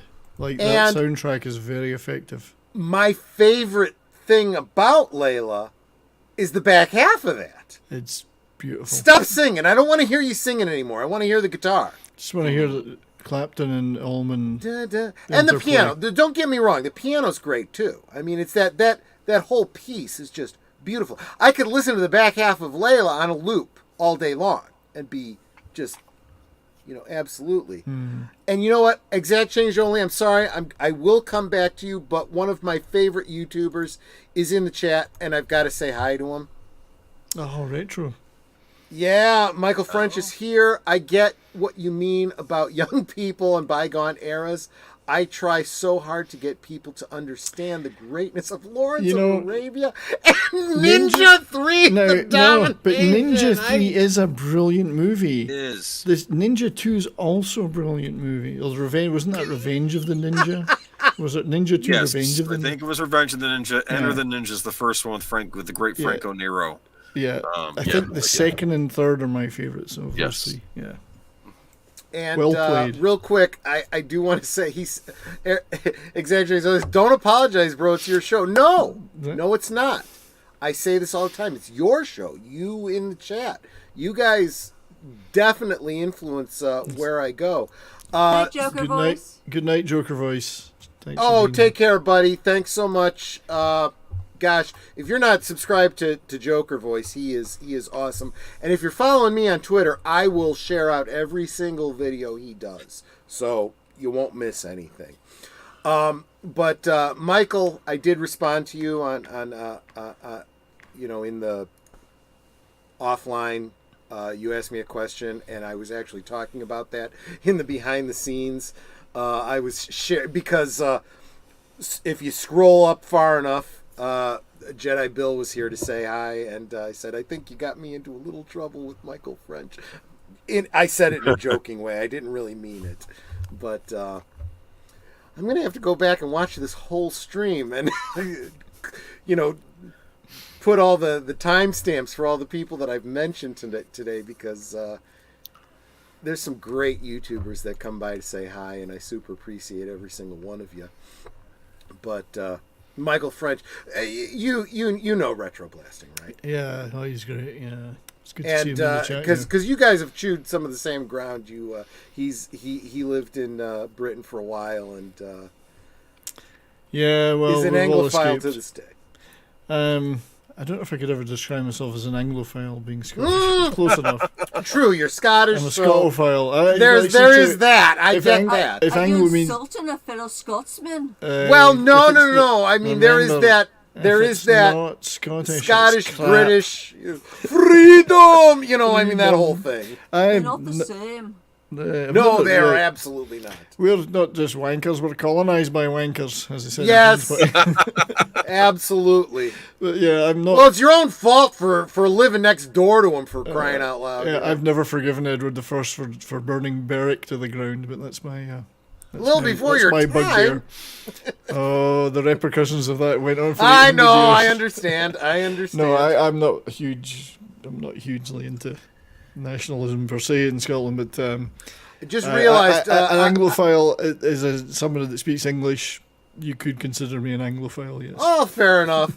Because if they hadn't forgotten to copyright their language, we'd be paying them astronomical amounts in royalties. English, half of it's invented by other people anyway. The English. Yeah, that's fair too. Alexa, add a Glenn Levitt to the shopping list. I added Glenn Levitt to your shopping list. Thank you. Tell her to add 2. Literally. What was that? Tell her to add 2 bottles.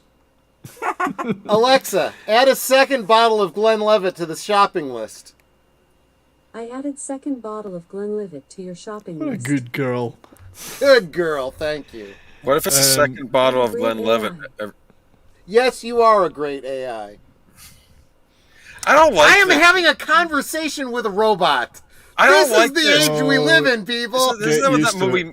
That movie Mega's about, the killer doll robot. Yes, movie I that's need to out see now, that. and I that's- need to see that movie. I'm not Let me liking tell this. I don't like the computers listening in. I don't like saying, "Hey, I was Get just used to talking it. about that," and I'm seeing an advertisement for it on my YouTube page or something. So- like, Hey, Judas Priest sang Electric Eye in the 90s about the surveillance state, so get used to it. No, Yeah, you absolutely. And the other thing though is, and this is something I got from Star Trek. First season or second season, there was an Ensign Gomez in engineering. Mm-hmm. And she would request something from the computer or whatever, and she'd say, "Thank you very much." And the computer would go, "You're very welcome." I know. And Geordi says to her, "Gomez, did you just say thank you to the computer?" She said, "Yes." He said, "It's a computer." She goes, "Yes, but I'm not. Yes. I don't want to be dehumanized by not treating everyone the same." And I was like, you know what? That is a great conviction. And so from that point on, and then when we brought this AI into the house, right? Please, thank you, and all this kind of stuff. And lately, what Amazon has programmed in, every so often after you thanked her, she says, "And thank you for always saying thank you. You've made this AI's day." But you see, And I it's like that. I refuse to be dehumanized by the computers that I interact with. I mean, the politeness and manners is something that should be built into all of us, and you shouldn't have to have a sentient human listening to practice it. And for all we know, they're sentient anyway, so why not just be polite? It doesn't hurt to be polite. No, that's true. I know this is a quote, but I don't recognize it. Michael is saying, "Francophile, I like being targeted by lowbrow, crescent roll, and Croissant. acts of surrender." Indeed. I'm surrender. American. I say crescent roll. Screw y'all. You know, the first German word that any French person learns is the word for surrender in German. Oh, I surrender. There And I is, say that as out someone on who the loves internet, France. do yourselves a favor, Google it. There is the military history of France. It is so funny. It's floating around on the internet. Check it out. It is very tongue-in-cheek, but it is so funny. Absolutely check it out. Well, and I've got an abiding love of France because I've got family there. So to this day, I still have cousins and second cousins and whatever. I love it. That's real We're France. more than, let's see, we started at 9, so we're an hour and a half into the show. I can loosen it up a little bit. So I have a friend who is of French descent. He doesn't speak French. He's never been to France, but he's of French descent. He says, you know what? You know the great thing about us French, right? I don't know what. We fight with our feet and we fuck with our faces. And I'm like, dude, what? And he's like, what? And he's like, yep. Yeah. There's a certain truth in that, but and I thought about it. I'm like, I can respect that. I can respect that. That's French in France, not French Canadian like I am. Yes. So my wife has the dubious benefit of being half British. We talked about my mother-in-law being from Lancashire, and her father is French Canadian. Nice. Or was. Excuse me, was. Both gone. But adult orphan. She is an adult orphan, and I'm an adult half orphan. Well, Mrs. Rockfan is not French Canadian, but she is from Montreal. She's an Anglo-Montrealer, my wife. So, but I don't know. I just think French is a great language. Any problems I might have with the French in history, that language sounds damn sexy. Retro and I have got something in common because I was in the RAF for 12 years. So. I'll tell you something. This is not what the Retro Blasting channel is specifically branded about, but it is one of the things I love about Michael French is he knows his World War II history way better than I do. And I appreciate I am an that enthusiast. A lot, yeah. He is a scholar. Well, Retro and I could have some good conversations about that, I'm pretty sure, because I appreciate his knowledge. Yes. I would pay to see a collab between your two channels, let me tell you. Well, I'm already a Patreon of Retro Blasting. So, Michael, if you get him on your channel and do it as a Patreon exclusive, then you could say I've paid for it, right? I'm old enough to have my father, two of my uncles, and my father-in-law were all Second World War veterans, and so I'm old enough to have grown up with that in households where that's why my uncle was in France. He landed in France in Normandy on D-Day, my Uncle Bill. Oof. And he never came back to Scotland, but not because he got killed in action. He married a French woman. It's possibly the first thing on his mind when he got on the beach. I don't know, but he hit the beach. But, so he married a French woman, never came home. And that's why we have family in France. I could almost do a whole stream about my family's stories about World War II. I've got great uncles that all served in World War II. Some crossed paths in Europe. I have one uncle who served in the Pacific. Never heard any of his stories, and with good reason. But I have mentioned a few of them on the stream from time to time. But talk about the greatest generation.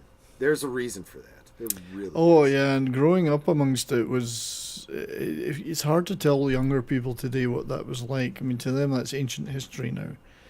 Yeah. I was born and brought up in a time when in Britain we still had rationing from the Second World War era. Yeah. Things that were still bomb sites you could walk past that hadn't been cleared up. This is less than 20 years since the war had ended. Stuff like that. It was still very fresh. There was guys walking around with missing arms and legs, whatever. Yeah. My father and my uncles had been in the war. My father was a Lancaster flight engineer, Lancaster bombers. My Uncle Bill landed in D-Day in Norway. My Uncle David fought in the Italian campaign. He was there when the monastery was destroyed by the Monte Cassino or whatever it was called. That monastery that got destroyed. And my father-in-law, although I didn't know him till much later, my wife's father, he was in the Dieppe landings, which, if you know anything about, was the biggest disaster in the Second World War for the Allies, and spent 4 years in a German prisoner of war camp. So this stuff is absolutely ingrained in me, you know. That not to say that it's the opposite. I don't want anyone to ever have to go through that again, ever. I don't want the but unfortunately, despite what they keep saying, people refuse to learn their history, so they are destined to repeat it. And that's what we can see. Those of us who are old enough can see that. Yes. We suffer with that. Someone help me out. What is that? That Greek philosophy term, the principle where was that from you that see Greek it coming, but you can't get anyone else to listen to you. The Fates? No, it wasn't the Fates. Was that the philosopher Testicles? No. No. It was a female seer who could see the future, but was cursed that no one would listen. Yeah, because no one would listen. Yeah. I mean, Cassandra. Thank you, Davina. It's the Cassandra principle. When you are, and Evelyn got it too, right about the same time. The Cassandra principle, and I've mentioned this to many people. When you are older, and I was as shocked as anyone to find this out as I got older. You see things very clearly because you see the patterns in history. And you say, look, this is the case. This is what's happening now, and this is what is coming. And you, especially on the internet, you get shot down and you get pilloried. It's like, okay, okay, fine. You'll see I was right, and you'll never acknowledge it. But unfortunately, you're going to have to learn the hard way.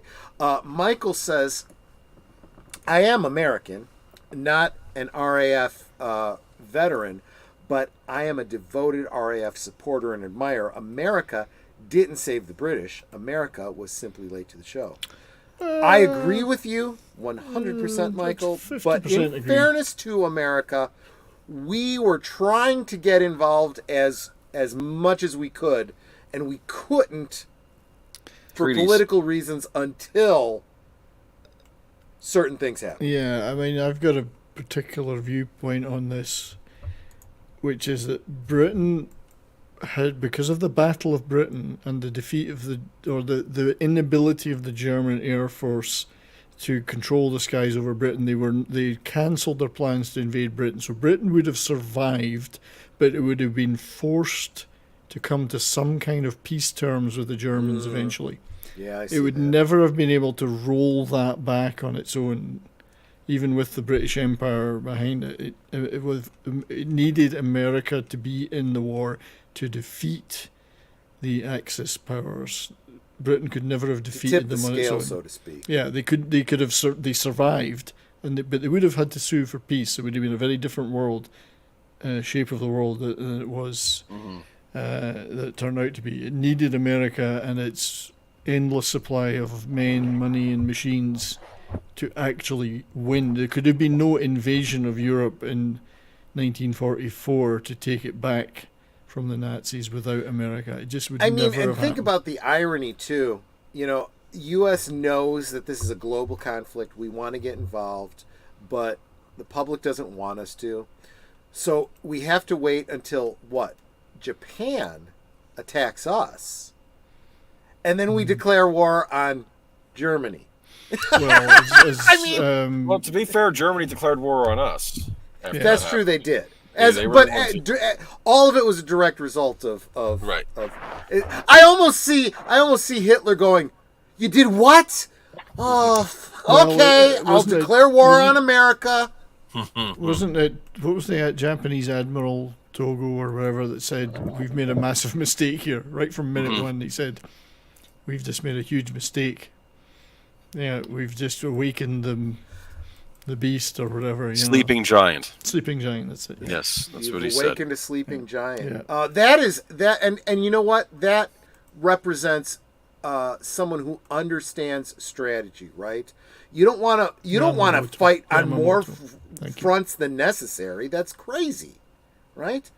No, Michael makes a great point. I am not saying we didn't do our part and that we didn't make the sacrifice. I'm saying Britain absolutely. And I chances are you didn't even know about this Retroblast. I don't know if you follow Pops on Pop Culture. I don't know if you know that channel, but he and I did a stream I don't know, 4 months ago or so, where we did commentary on Dunkirk and Darkest Hour. I'd love if you had any interest in that and watched that to get your take on that. I think you'd have some great insights. Yeah, interesting movies. Not those movies specifically, but when I think back to the good old days when I was a kid. The influence of the recent events of the Second World War was still huge on the culture. So in movies, literature, television, still dozens of movies, dozens of television shows. All the veterans that had come back from those fights were now embedded in the culture, and they were the ones making things and starring in things and writing things. But movies like The Great Escape, which was for decades was the movie they showed on Christmas Day in Britain, was The Great Escape. Wow, it was hugely popular. Just it You're resonated. right, David McCallum, good one there. Donald Pleasance, who was a genuine RAF Second World War veteran who'd been shot down and imprisoned in a prisoner of war camp, is playing himself in the movie. Really, it's that kind of thing. Yeah. So this stuff was embedded in the culture in Britain, Second World War movies, and that influence, and then the pop stuff came after David that, the Pensick. Beatles. David Pensick points out, I love how you all know your history, but the kids today don't even know what's happening now, let alone in the past. He's absolutely right, and this is exactly what I was talking about with that whole Cassandra principle. It's we see it, we try to tell them, they don't listen. It's ridiculous, and people can only do their own research and make their own minds up about anything. There's not so much inclination to do that now, but eventually they might come a time where they're forced to, but for their survival. They just believe whatever the institutional media tells them, no, they don't dig any deeper, and they don't know their history, right? Because if you know your history, you hear what's happening now, and you go, "This sounds familiar." The parallels now to the 1930s are enormous, but that's. So, I mean, there's a lot of knowledgeable people in the chat, and I would never swear. I mean, I'm widely read on military stuff and history, and I've grown up amongst people who were in it. I'm adjacent to it in a sense. Yes. Have been in the military myself, and I was in one conflict. But I didn't know that. I've watched your channel for a while, never heard you mention that. I never saw it as a big deal, and that now I'm a bit older, like I'm a member of the Royal Canadian Legion, and I kind of think more about that Sure. Maybe I did do something there, and maybe I need to represent the guys that are gone from the past. If I don't represent them, who will? So I try to do that now. I mean, if I can't do that and I was in the military, who's going to remember those guys if it's not me? Right. So I'm not saying it to anyone in the chat I know any more than they do. Sounds like there's some really knowledgeable people there, but I'm kind of steeped in it, and I think philosophically there's a lot of things I believe I understand because of that, being steeped in it and reading about it all my life and watching various things. And history, we seem to be doomed to repeat ourselves in the human race. Yeah. We never learn. Philosophers and others and military historians and others through the years have said that centuries. Why are we doing this again? We're doomed to repeat the mistakes of the past. This is a crazy connection to make right now, but I feel like Jeff in Coupling. I just feel like telling everyone, read a book, for crying out loud. Well, it's actually the reference I would think of as Archer. Try reading a book once in a while, For God's sake, read a book, whatever. And exactly. Churchill gave the French Navy an opportunity to grow a brain. Hard choice had to be made, so the French Navy wasn't captured. Churchill was a Francophile and did not relish that choice. No, you're absolutely right. This is an example of a scholar, someone that's not who knows what he's talking about. Not a discussion I would insert myself in, because while I've read about it many times, it seems like these guys know a lot more about it than me. But I do get the point that when France capitulated and the Vichy government was installed, the British were afraid of the French Navy and what it might do in the Mediterranean and North Atlantic. So they probably did do some things that maybe were tried to take some of those ships out. As somebody said there, though, they ended up scuttling them. They scuttled themselves anyway because they didn't want to serve the Germans, the French naval forces. So, complicated situation. I mean, no one in the middle of a world war is going to get everything right. I mean, look at Dieppe, as I mentioned earlier, which, if you don't know anything about it, was mainly a Canadian operation, testing amphibious landing in mainland Europe, and they picked Dieppe to do it. Total disaster of the so many thousand troops that landed, mainly Canadian, some British and Indian, and 4,000 or 5,000 were killed and the rest were imprisoned by the Germans. It was a total disaster. But they did it to test amphibious landings, and those guys were basically sacrificed. And they were sacrificed so badly because just before the landings themselves happened, the British authorities, Churchill, etc., withdrew air support and naval support from them. So they basically landed without any of that under withering fire from a vastly superior force with no backup. Chaos and carnage. My father-in-law was lucky enough to survive. It was marched over to Germany, where many of his comrades died on the forced march over there, and then spent 4 years in a prisoner of war camp, and then another year in hospital recovering before he could come back to Canada. So it's an example of the shit that can go down in a global conflict. And it's easy for us to judge it looking back, but... No, you're absolutely right. And so I want to make one more plea as Davinia Duckworth points out books. If you want to find out more about World War II, the RAF, and the Canadian Forces, take a voyage down to your public library. It's all in books. You caught that reference. Just watch The Great Escape. You'll learn everything you need to know. Well, there's that. Charles Bronson makes it out. We're good. Charles Bronson. I think he made it out. Him and Lee Marvin. Am I right? I don't know who were the two that made it out in the end. The rest all. I don't know, but coming Spoilers. up on Netter's Network, we will be doing a watch party of Cat Ballou, where I will have plenty to say about Lee Marvin. I am a huge Lee Marvin fan. I may have got that wrong. I know Charles Bronson was one of the two Polish prisoners of war who escaped, made it onto a ship at the end of the movie and made it out. So long since I've seen it now. It was Lee Marvin in The Great Escape. Am I getting confused here? He was in a lot of war movies. Let's put it that way. I think he was.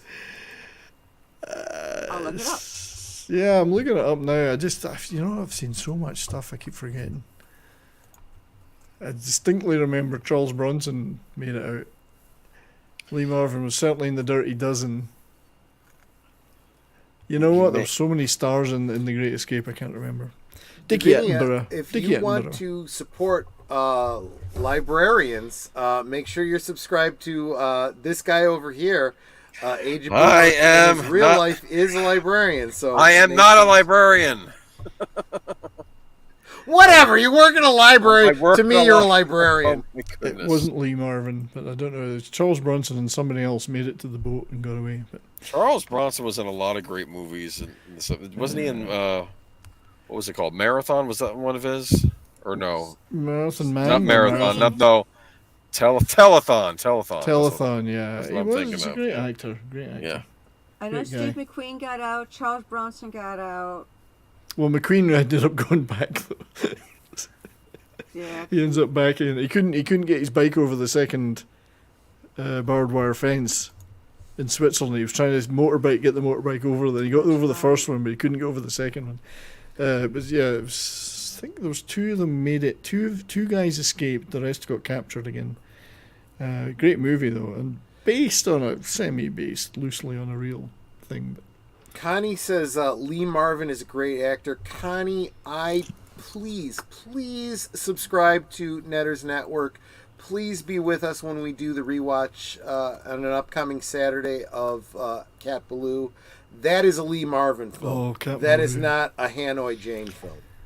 How about Paint Your Wagon? Is that a Lee Marvin film you like? I think Eastwood. Paint Your Wagon. Is that Osborne is that Clint Eastwood? What's Clint Eastwood? It's one Clint Eastwood movie I've never seen, so I Yeah, just yeah. know of its reputation. I don't want it to ruin. Born under a wandering star. So that was a #1 hit single in the UK for Lee Marvin. Wow. From the soundtrack of that film.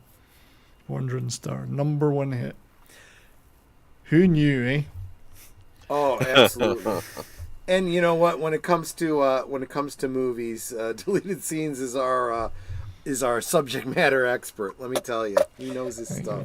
Walensky. There was 3 guys escape in The Great Escape. 3 of them make it out, and one of them's Charles Bronson, and I cannot remember the other 2. Now I'm going to have to look that up. I'm trying to look it up. Oh my gosh, it's been so many years since I've seen that movie. All I remember is bouncing the ball against the wall. Yeah. And McQueen ends up going, either getting taken back, captured and taken back, or he goes back deliberately or something to... Oh, what was the line? When I look it up, I get only 3 made it to freedom. A Dutchman and 2 Norwegians. Was not giving names. Yeah, I know, that's what I'm reading now. So Bronson was Danny Walensky, the Tunnel King. Remember, he had severe claustrophobia because they kept collapsing on him, but he had to keep doing it. He hated them. Real guy, an actual real guy in real life. So I've often said that the films that are based on a true story, and not, I don't mean based on a true story, I mean, you know, our retellings of true stories tend to be some of the better films. And sometimes those true stories tend to downplay elements so they don't seem unrealistic. History, you know, reality is sometimes stranger than fiction. I got the names. Well, Go the real for it. names. James Coburn might have got out. Yeah, it's like whoever played Peter Berglund, Yeah. Jens Mueller, and Haldor Espelid. Yeah. Those were the 3. I knew that Evelyn Hampton. This is one of the things I love about Evelyn. As I try to share things with the younger folk in the chat, I super appreciate Evelyn because she brings the things I don't know. Lee Marvin's TV show M Squad was set in Chicago. This is something I don't even know about. I'd never heard about M Squad, and now I must seek this out because it has Lee Marvin and it has Chicago, and I must. In the movie, it was Sedgwick, Danny, and Willie that escaped. and as Exact Shane said, one of those 3 rode a bike into Spain, and the other 2 got away in a boat on a merchant vessel somewhere. But I can't. Yeah, I know it might have been. Certainly, one of the 2 guys on the boat was Charles Bronson. But I mean, it was one of these all-star ensemble movies that were so popular in the 60s. There was tons of them, Ocean's 11, you name it. That was when not only did you go to see a film because there was a star in it that you loved, but the films were good. Brilliant. They didn't rest on who starred in them. You know? Well, The Great Escape's a good movie, full stop, but there were so many other great ones like Dam Busters and 633 Squadron, a whole bunch of British stuff that was just wonderful. Dam Movies Busters. that are forgotten If you haven't now. seen Dam Busters, you're not a Star Wars fan. Just saying. What? Oh, you understand what I'm saying, right? Yeah, but these are long. I mean, I don't know the last time I've seen anyone mention the film The Dam Busters. Richard Todd and Michael Redgrave. But I mean, I grew up watching that stuff. It was on TV. These things were on television all the time. And then alongside it, of course, was the new pop culture, the Beatles and the Stones and the new stuff that was coming out of the misery of post-war Britain, but was completely making it cool again and fun, you know. Yeah. So it's kind of neat. It's a neat Actors? juxtaposition. Yes. Charles Bronson, James Coburn, and John Layton. I thought Coburn might have been one of them. Yeah. And John Layton, actually, I think John Layton also had a singing career, if I'm right in saying. I'm going to have to look that up. Yep. I think he may have had a few hit singles in his time. Actor and singer, yeah. Johnny Remember Me was a huge hit for him when I was a kid. A song called Johnny Remember Me, which I haven't heard again for decades. But he also played Ginger in the television adaptation of Biggles. Does anybody remember Biggles? I've heard of it. Biggles I don't know it. A series of books by Captain W.E. Johns about the... Well, it started out being about the Royal Flying Corps in the First World War, but after about 50 books and 25 years, he decided to move on to post-First World War. And then, but Biggles was the main guy in it, but they made a TV series out of it in the 60s, which I fondly remember. And John Layton played Ginger. He wouldn't get cast now because the character's name was Ginger, so there was no way they would have a ginger in it. Right. You don't get gingers in it. No, you're not wrong there. They've been canceled. Exact Change Only says, I only hear about Dam Busters in reference to Star Wars. That is because the historic event that Dam Busters is about is what George Lucas based the trench run on the Death Star. That's what that is. That is the correlation. So I recommend checking it out because you get some great insight into that. Yeah. It's a good movie, actually. I mean, it's a very, very clever raid to do, but they had to do it at extremely low level, and to get into this dam. It was one of the main dams used for the reservoirs for industrial production in Germany, and they had to come up with these like bombs that would bounce on the water to hit the dam at the end. Just incredible technical achievement, but to get in there under withering fire, or these guys had balls of steel that flew. My father was a Lancaster bomber guy, and luckily it was all over before he got killed. He would have been killed eventually, undoubtedly, but they had balls of steel. Sitting in one of those things with planes shooting at you and anti-aircraft fire. When you see Star Wars and you see the rather unrealistic, space battles, you have to understand those space battles were based on real, that's right, real battles. The original treatment for Star Wars used World War II footage, to kind of visualize what was happening. So maybe things would happen differently in space, but he was telling the story of real atmospheric combat, So. Trivia aside, John Layton, the singer and actor who was in The Great Escape, is still alive at the age of 86. Well, God bless. God bless him. Most of that cast are long gone. He's still hanging in there at 86. He was young when he was in it, of course. He was pretty young, but good for him. Yeah, I'm not going to wade into it. If you guys want to have an argument in the chat, that's fine. But keep it civil, guys. Keep it guys, civil. I love you both. I don't want to. That's why I don't want to, get involved. But try to. This is the problem with chat. Don't make me put you in a corner.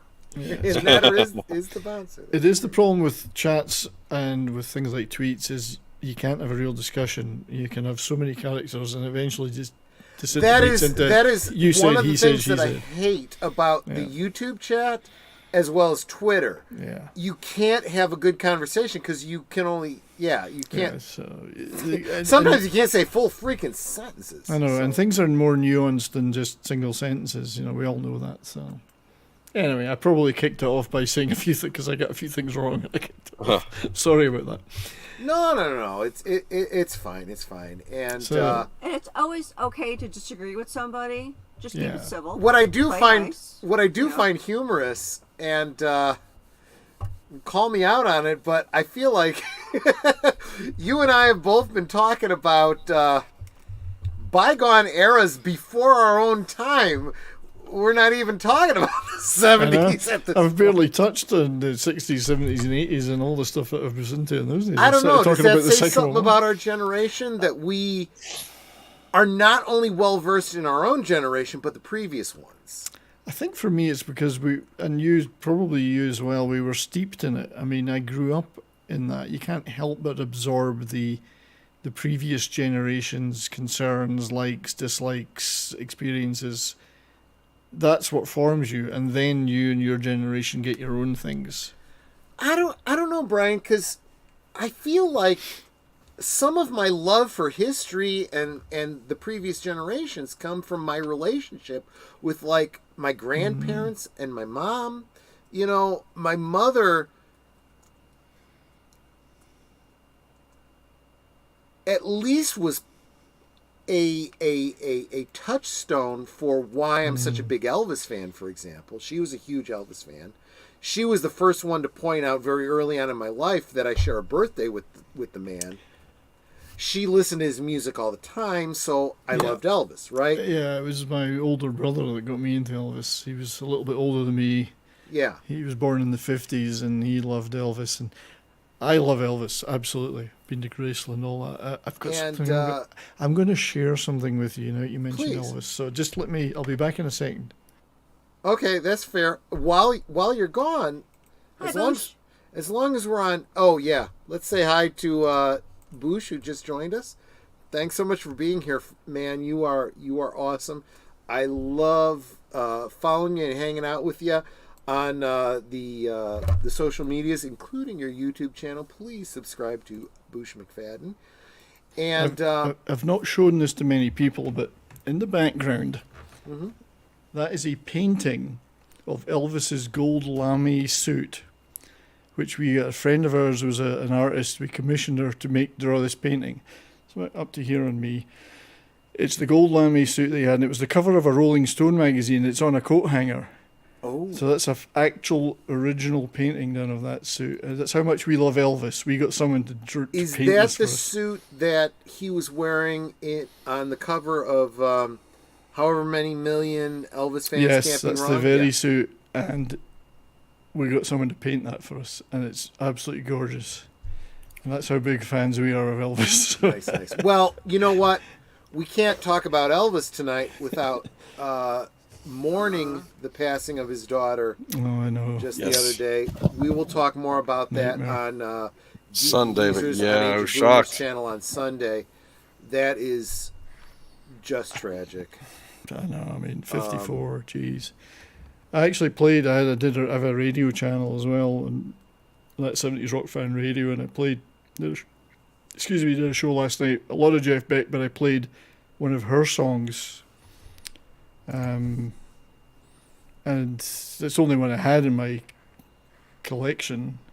I think it's called Nobody Told Me, and I just had to play it. It's the only thing I had of hers, but I had to play it. But it's 54. I mean, let me just say, thank you, Boosh. Rest in peace, Lisa Marie. She, if I had known her in life, we'd have grown up together. She was 2 years older than me. And let me tell you something. From a 52-year-old guy, just celebrated my 52nd birthday last week, you start to think, like, when you see someone pass, you go, do I only have 2 years left? I know it's not rational, but it's a thought that comes to mind. Human emotion isn't rational, and you get to an age where you do start to think that. I mean, you see friends passing away around you, your age. You see the people that are just before you passing. Yeah. And you start to think, well, I'm next on deck. It could be now, it could be 30 years from now, but you know it's coming. It's just when. But it's a function of aging. You never think like that when you're 20. You don't think, God, I've got a finite time here. You think, I've got all this. I do want to bring this comment up. It's humorous, but I do want to ground it. Bush says he quotes Men in Black. Elvis is dead, right? Nah, he just went home, right? If you had the opportunity to talk to Elvis today, that's exactly what he would say. Yeah, he would say, "Sorry, I just went home, and I'll be waiting for you."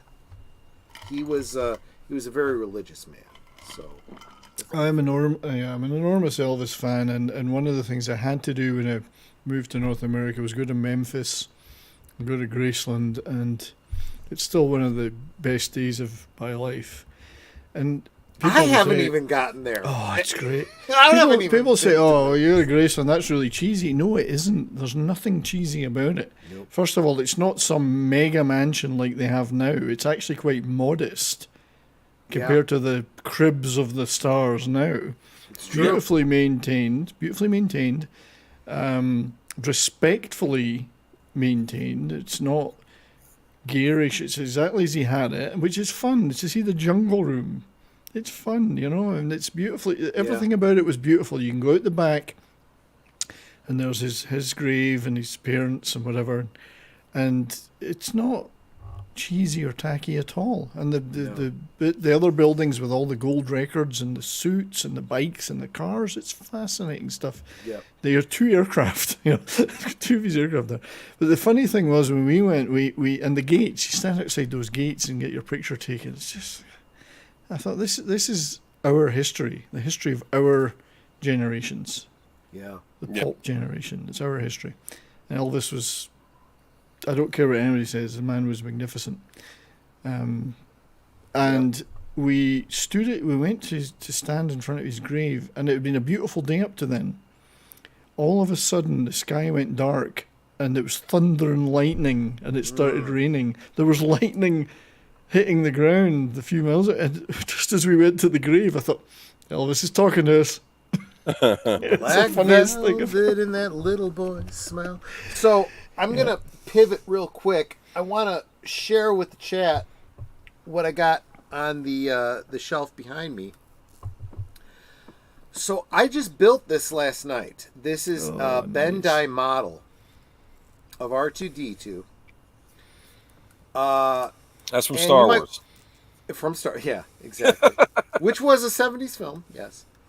The reason I have this, and what's really cool is it's got a removable head. Why does it have a removable head? I'm going to build for this model a conversion piece that will allow me to house this little gift that I got from Age of Boomer. What? That's sweet. On top of it, as a head, it's a little R2-D2 Tamagotchi. That's sweet.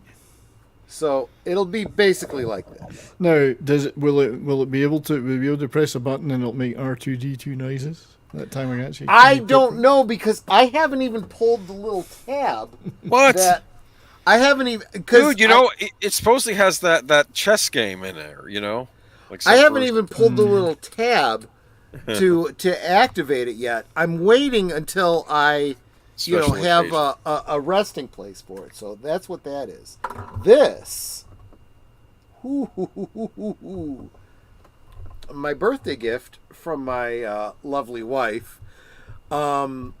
This is an interesting gift to get from your wife. A lament configuration. Is this one of the ones you put your fingers in and you can't get them out again? No. But it is a puzzle box. Not so far off, yeah. No. It is a puzzle box, and it is surprisingly difficult. It does move and shift the way it does in the movie. It's just really, really tight because it's brand new. It's very tight, and... That's what she said. That's what she You are Mrs. I love my wife. Let me tell you, she is awesome. There we go. Phrasing. Here we go. Phrasing. Oop. And now it's a lost lament configuration. Not to mention that I'm drunk. That's one way of beating it. Look at that. Oh, wow, that's neat. You've got a great wife, you know that. She is my enabler. This is what I say about my wife. She is my enabler. We have a 6-foot Millennium Falcon in the garage, and a 4-foot sailbar sitting on the bar. Only 6 feet. Come on, you can do better than that. Oh, it well. It was a Toys R Us display. It was, absolutely. I wonder if come back to me when you've got a full-size one. There we go. There we go. Just kidding. There we go. So it folds back together as this, yeah. Oh my gosh. That's sweet. Yeah, that's very Don't nice. don't be mistaken. It is creepy when this separates and comes apart. And yeah, this was my birthday gift, and I was like, Nice. "You understand me so well. You are so She's sweet. keeping your brain exercised. That's what she's doing. Absolutely." So then I see him put it up there on the shelf with R2 next to it. And I was she's like, "Don't "Don't you let R2 droid open do that anything with thing." And then, of course, guys, what is today? It's Friday the 13th. Absolutely. So I hate NECA. I really do. But Mego is unable to get the license, so I have to have the NECA version. Jason Voorhees. When you think about it, how long is it since that first movie came out? The first one was a 70s movie, wasn't it? No. I'm sorry. I looked before the stream started. It was 1980. Oh. Well, now It was second quarter of 1980. This is where I get pedantic because 1980 is still one of the 70s. The decade doesn't start till 1981. I mean, filming had to be happening in 79, right? Yeah. I'm just a pedant when it comes to that one. I mean, other people would argue with me all day about it. I say, no, the 70s includes 1980. It's the last year of the 70s. Then the decade starts in 1981. That's an interesting way of looking at it. No, I can agree with kidding. I can agree with that. But I mean, that's 43 years ago. 43 years ago. Jeez. And that too, I always think of that as a fairly new movie. Never mind the sequels. One of the things that I think about when I think about the 70s and early 80s and compare movies to the modern day is it's interesting because we think that this is such a progressive era, right? We are so progressive.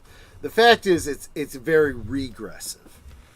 What is considered acceptable in film and what fits into R versus PG and so forth has backtracked.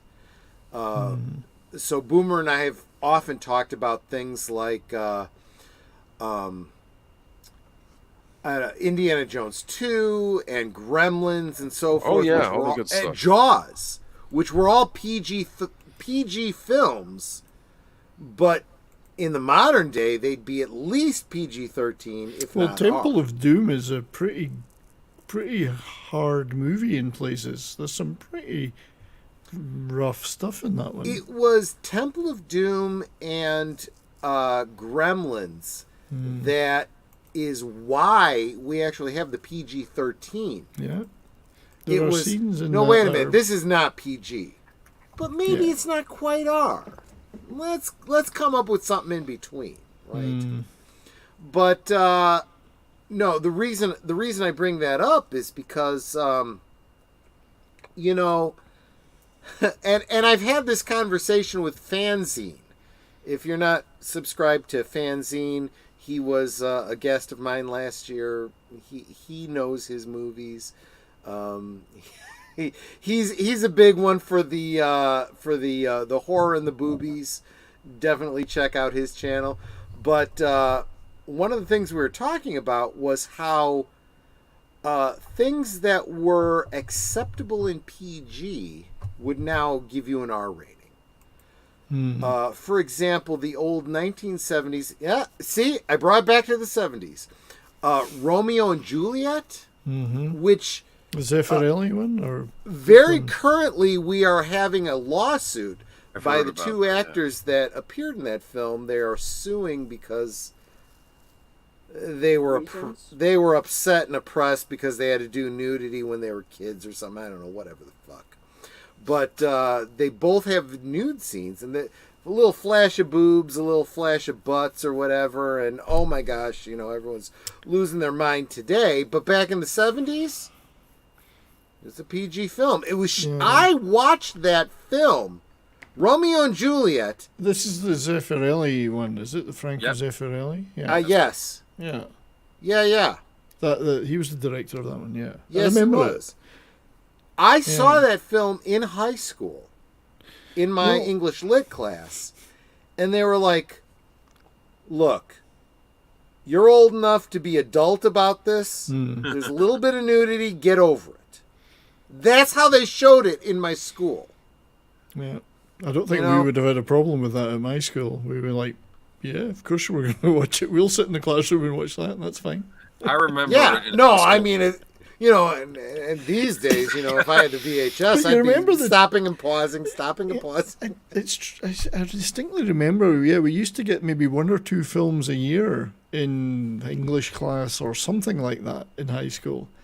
And there was usually, one of them they used to show was Born Free, about the lion free, yeah, exactly. Till somebody shot me, or whatever it goes. And then, however that lyric goes. And then the other one that we used to eagerly await was the Jenny Agutter movie Outback. Oh, Outback! Because she's fully nude in it. We were like, this is going to be a fun 2 hours. I think it was called Outback.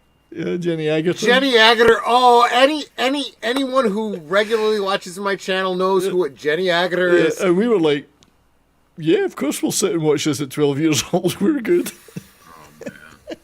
Well, we were supposed to be getting a lesson about Australian Aboriginals. Help me out, Brian. What was the film Jenny Agutter was in? The Railway Children. Film? Oh no, she was in The Railway Children before that. The Railway Children. Yes, yeah. I have that. I have that downloaded to watch. I haven't seen it myself. I understand that in the UK it's a big. It's a bit of a classic. Railway Children. But Jenny Agutter. And then, of course, Logan's Run, which Netter is sick and tired of hearing of. I really wish they made. Breasts are afraid of the dark. It's like her breasts are afraid of the That's dark. right. It's absolutely. I really wish they'd made Logan's Run instead of making it like a PG if it'd been an R, because she could really have got her kit off then, So, Brian, let me tell you about my experience with Logan's Run. I had seen for years. Walkabout, that's the name of it, not Outback. Walkabout. Sorry, I got Walkabout. No, you're Thanks, right. Stephen. Absolutely. Yeah, absolutely. I only know about Walkabout because of Coupling. Thank God for Stephen Moffat and Coupling. Otherwise, I never would have known about that. I think she got her clothes off within about 10 minutes in that, and I don't think she needed to, but eventually she just. Brian, maybe we should be careful. She was underage when she did that. She was, but we were young high schoolers. It was an educational movie about Australian Aboriginal customs. Somebody in the chat, or Brian, help me out. What was the film she was in, or the TV series that she was in more recently, where she plays a nun? Oh God, I don't know. I haven't seen her for a while. I've heard about it, and I'm like, I don't think I can watch it. I think I'd be struck by lightning. I would see the Mother Superior and think, boobs. She's done apparently, according to the internet, she has done a Railway Children. The Railway Children Return was filmed last year. Call the Midwife. Call the Midwife. Yes, yeah. That's what it is. Call the Midwife. I have to see the Railway Children before I see that. I'm trying to think. There was a few things she was in the 70s and 80s. Thank you, Connie. No, you said it. You probably said it before Netter did, and I'm just too smoothed over and slow to have caught it. Yeah, but she was in Equus and the Eagle Has Landed. Equus is another one. That's brilliant. Brilliant. For fuck's sake! Did you realize, Troy, you're starting to sound like Jeffrey? Well, I'm kind of channeling Jeffrey. Of course, American Werewolf in London. I forgot about that. Yes, we did a rewatch on my channel of that one. She was the love interest. Oh, that's just. Excuse me. Yeah, she's had quite the career, but she was one of my early crushes. Absolutely. Every one of our generation, let me tell you. Yeah, Jenny. It's not just you on that side of the pond. It was us too. It was absolutely. Yeah. She's. Brilliant! Oh, fucking brilliant! We do share some things in common. We're separated by we're two cultures separated by the same language or something. I suppose you're right. Absolutely. But, it's funny when you talked about the PG thing though, because there is a definite difference in the attitudes of I'll say British. European would be different too, but British and American movies and TV. American television in general, and movies, are happy to show extreme violence on screen. Yes. You watch something like a CSI, a procedural. They've got blood and gore up the yin yang. Yep. Like torture, violence, sadistic torture. It's an okay thing to show in American television or movies. In Britain, they were less on that, but there was more nudity. Like you couldn't show a boob. You can't show boobs on American television, network television. Well, you maybe can now. I don't know, but you couldn't. Well, one example I can think of, and that is Meredith Baxter.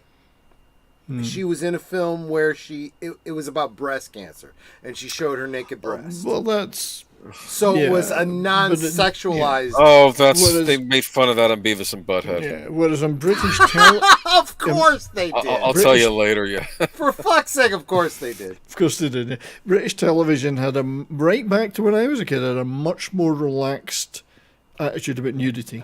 You had a concept of watershed that we never had. Yeah, Benny Hill, Monty Python, Spike Milligan, all those shows would have boobs on them.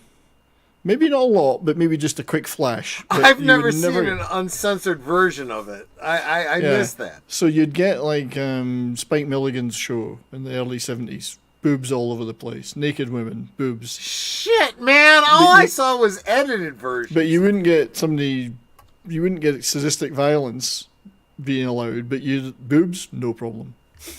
So I'm willing to take that trade. That's a trade I'm willing to make. I agree. You got the better deal. I would forego the blood and violence for boobs any day. And of course that became blended over the years. Movies have always been their own thing. In fairness, that's exactly why American males want to get married. We want boobs on demand. Yeah. That's why we get married. Well, I think so, and I think it's good for our health. My wife knows that. Every now and again, she'll come down and go, and by the way, boobs! Yeah, and I think our wives understand that it's good for our health. Men it is good for our health. It's good for our hearts. She wants to keep me alive, she shows me her boobs. That's what it is. They're doing us a kindness. Absolutely. And for whatever reason, she wants to keep me around, so she shows me her boobs. Yeah, well, I mean... after 30 years, I'm kind of used to your face. You're used to my face. Amen. Thank you. Thank you very much. But yeah, there's definite cultural differences, and having lived on both sides of the pond, I can see cultural differences in entertainment did exist, and probably still do exist to a certain extent. One of them being that sadistic violence is perfectly acceptable in American network television. Let's put it that way. So, you think it might be the Second Amendment, maybe? No, I don't think it's anything to do with guns. I think they just like seeing bodies get cut up in gruesome torture scenes. You might. Let's dig into these organs and find out what killed this guy. That's CSI. That's CSI. Yeah. That's a new show. I do feel like there is this, and maybe I'm giving Americans too much credit, but maybe it is this idea that when they see something on TV or film that is graphic as far as violence goes, they know it's not real. So they're like, wow, that's really good practical effects. I think that's a big part of it. I think there is that underlying element. Because when you see someone dismembered, you're like, well, this wasn't directed by David Lynch. They didn't actually dismember somebody to show this scene. Or did they? Well... how would we know?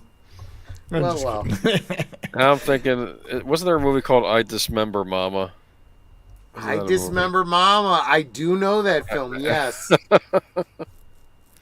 I mean, there's a lot of those cultural differences were blurred by the age of mass media. So we're all watching the same movies, watching the same television, seeing the same things on the internet. They've kind of dissipated a bit. The other difference would be, though, that it was very distinctive was in things like soaps. So American soaps were like Dallas and Dynasty and were glamorous and full of, larger than life characters and shoulder pads, and whereas in British soaps are more like somebody that looks like Terry Jones from Monty Python standing around his kitchen sink moaning about their What was that Bert's show? Lumbago. EastEnders? Was that it? EastEnders, yeah. I mean, EastEnders. these are the most grindingly dull and depressing shows. Like, there's no humour in them. They're dull. We want to see people's everyday lives in the most miserable, horrible way we can. But those Americans were big and shiny, you know. Didn't they do an EastEnders Doctor Who crossover event once? Yes, they did. It was one of the anniversaries. I do have it on DVD. It was actually it was actually in 3D. You needed the special, binocular glasses. It was horrible. Yeah, it was fucking horrible. You see, I'm not a big fan of modern Who, and that was bad enough. That was a horrible And thing. if you take it as continuity, it really does blur the line. Is EastEnders in the Doctor Who universe or not? Because I think Doctor Who referenced EastEnders as being a TV show at one point. I don't know. It gets. You've got a good point there. What does this mean for the universes that they inhabit? Does it mean that Doctor Who exists in the universe of EastEnders? Does it mean EastEnders exists in Doctor Who's universe? What does it mean if you? I don't know, because I know Star Trek is a TV show within Doctor Who, so I don't know. Yeah, I mean, this is where cultural references start to get a bit weird, like when things exist really within other things that are unreal themselves, and sometimes we're getting a little meta here. They can be a bit cute sometimes. I think sometimes it's best to leave something just as it is. Absolutely. And not have them never mix the stream, never cross the streams, you know. But EastEnders is I'm sorry to say, if there's any fans of it ever watching this, EastEnders is garbage, which I wouldn't devote 2 minutes of my life to ever considering watching, never mind watching. Sorry, I had to say that. The only thing I know about EastEnders is because of that Doctor Who special. That's the only thing I know about it. Otherwise, I would not even know the show existed. I have a visceral... when I used to live in the UK, and that's a long time ago now, 25 years ago, I had a visceral reaction to the opening music. So it was a kind of a couple of drum beats. As soon as I heard that, I would flee the room, or I'd switch it off, or I'd have to do something. I couldn't even stand listening to the music. Well, those of to me, you, it's the worst, lowest common denominator of television ever. Those of you that have any interest in American soap operas, join us next week, where our special guest bartender will be Sir Torrin Clegane, regular contributor in the chat. We will be talking about 1980s-ish American soap operas. Definitely looking forward to that because... well, I could tell you my favourites. My favourite was Knots Landing. Well, see, it's interesting because you've mentioned Knots Landing, Dynasty, Dallas. And Dallas. Which, of course, Knots Landing was a spin-off. What's interesting is those were a very different kind of soap opera than what we're probably going to be talking daytimes. About. Yeah, I'm going to be talking about the daytime dailies as opposed to the nighttime weeklies. Yeah, and the dailies are different. But I mean, for me, the dailies will always remind me of Soap. You know, that great TV show. Oh, yeah. Which was one of my favourite shows when it was on, and they showed it in Britain. That was on Channel 4 in the UK, and it was so funny. That was like a parody of the daytime dramas of and like Billy Crystal, he's gay, but he's got a kid. Yep. And he never seen with the parties. The only sexual thing about him is he's got a kid. So, you know, it's the weirdest thing. And I'm forgetting the name of the character or the actress, but she was, I don't remember, in Soap. She was a regular in Soap, and then she was the mother in a TV show called Small Wonder in the 80s. Oh, I remember that, yeah. Don't remember her too clearly, other than that she was like a teacher and she had this very scandalous relationship with I want to say a student or whatever. Student. And I was like, Let me tell you something. If she was my teacher, I'd be all over that. Let me tell you. So, sorry, just Bush. I did see Mitchell and Webb. I have seen some of their stuff. Quite funny. I mean, tons of great British comedies that have never made it over here. But Soap Dish, of course, the movie Soap Dish. Oh, that is movie. A fuzzy memory for that me. Has one Not of the, just because I've been drinking. Yeah, that one has one of the funniest bits in it on any movie ever. When they're trying to say, well, we'll bring back this character. His head was cut off. Well, you'll figure it out. You know, his head was cut By off. all means, join us next week because we will be Sally talking Field, yeah. very in depth about Days of Our Lives and General Hospital.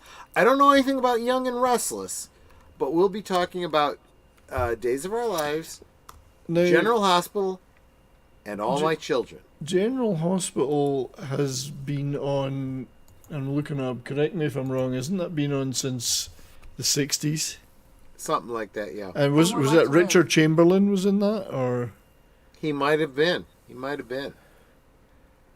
somebody that went on to do other stuff might have been in it. I just can't remember. I'm never not sure seen it. if this will come up next week, Evelyn, but I do have to say this about Dark Shadows. If it weren't for Dark Shadows, Nanette and I would never have met. But that is for another stream for another day. I will tell that story another day. It's like the butterfly effect. It is. It absolutely is.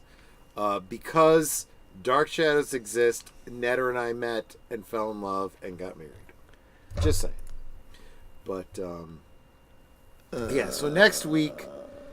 Oh, it was Here's Dr. to the Kildare. shows, those daytime shows where nothing ever turns out simply as you suppose. But even the American daytime ones are still 1,000 times more glamorous than the British daytime ones, which were just appallingly low-budget crap. True. There was a show called Crossroads, which was on for years, a daytime soap in Britain. It was set in a motel. Like, how grim do you have to be to set your show in a cheap motel?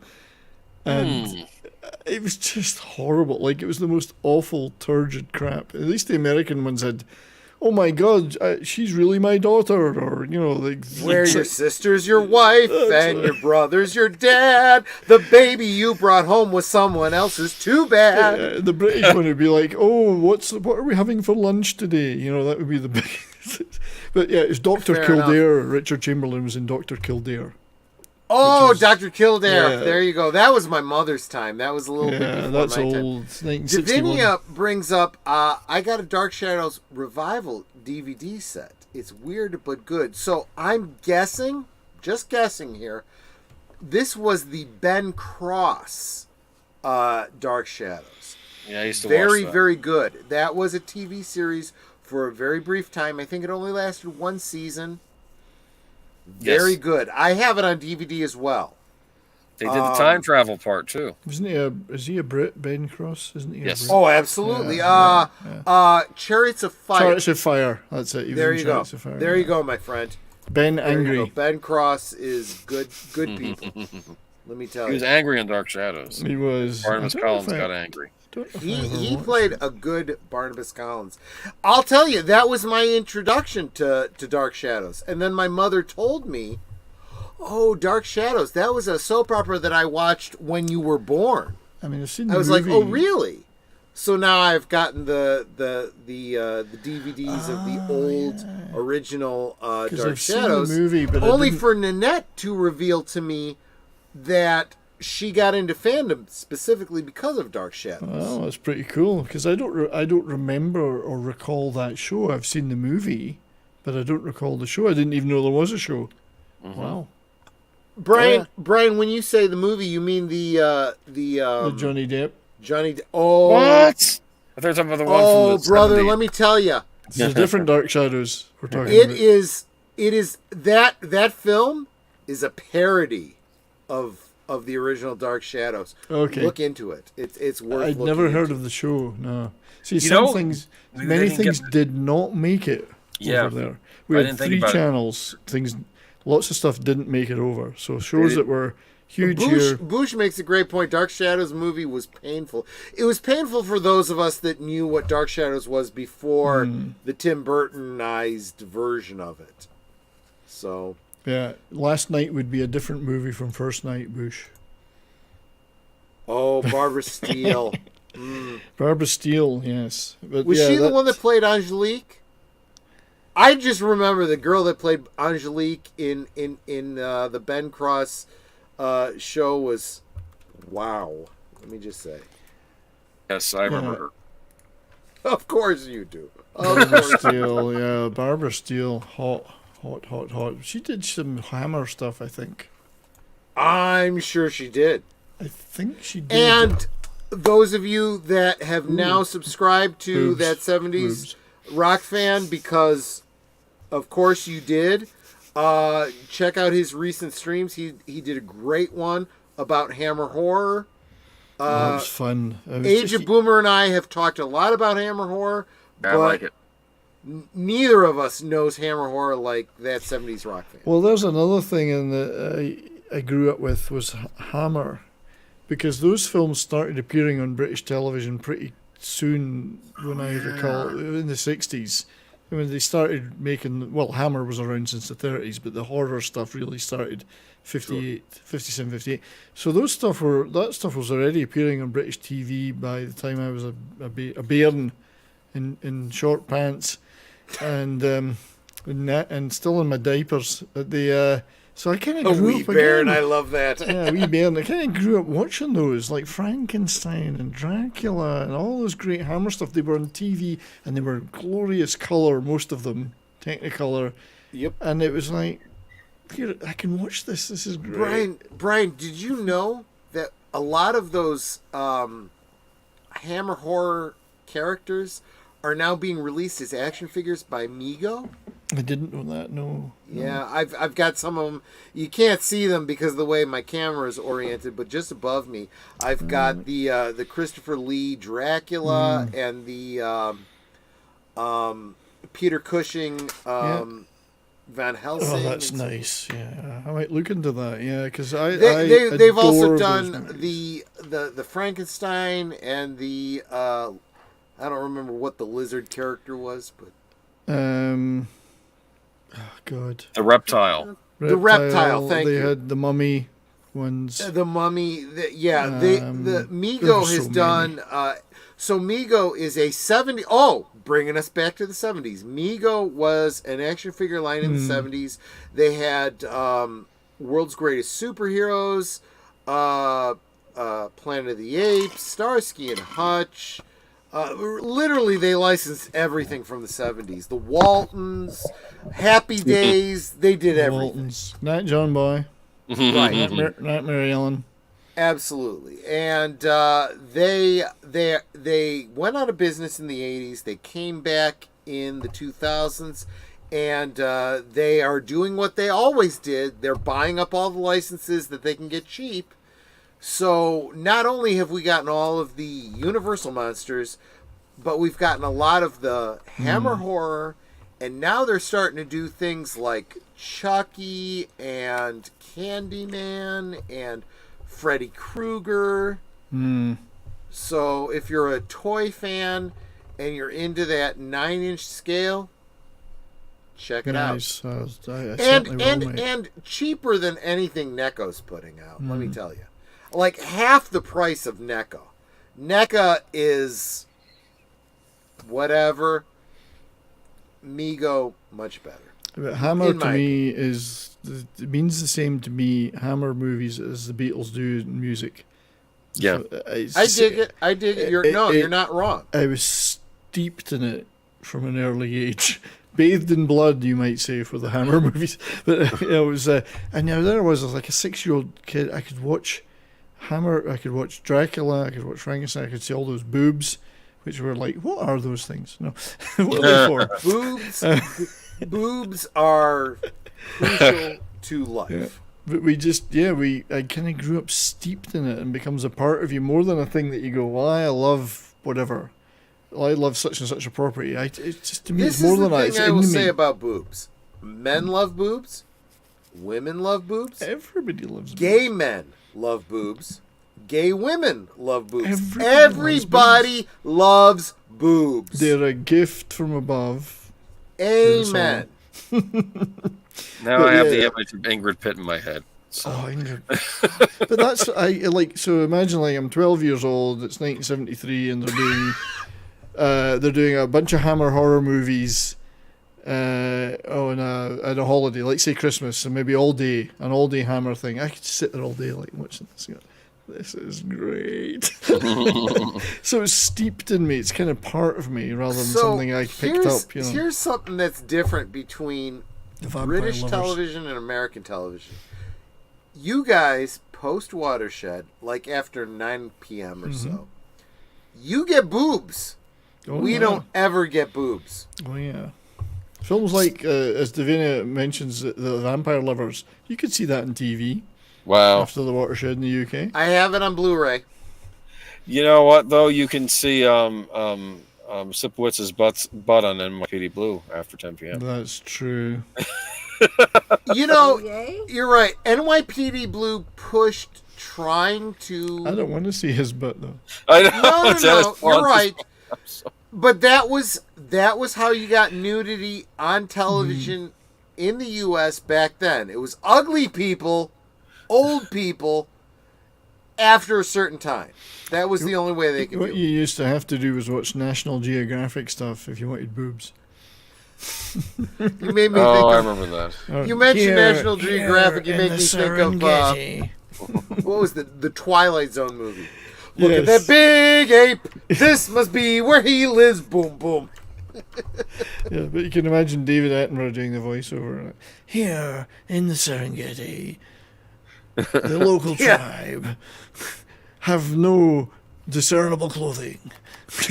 You'll notice that the women are completely topless. Yes. We'll just linger on this dance for a little longer.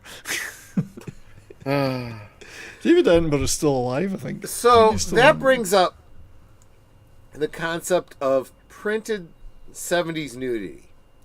It does because I want to transition. You mean to nudity of me?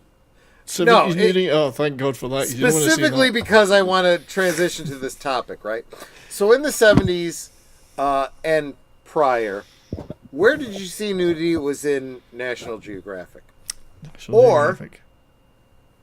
Playboy. Or Playboy. Playboy. You will hear many people mention this about Playboy. Okay? You think Playboy, you think naked bodies, right? Amen.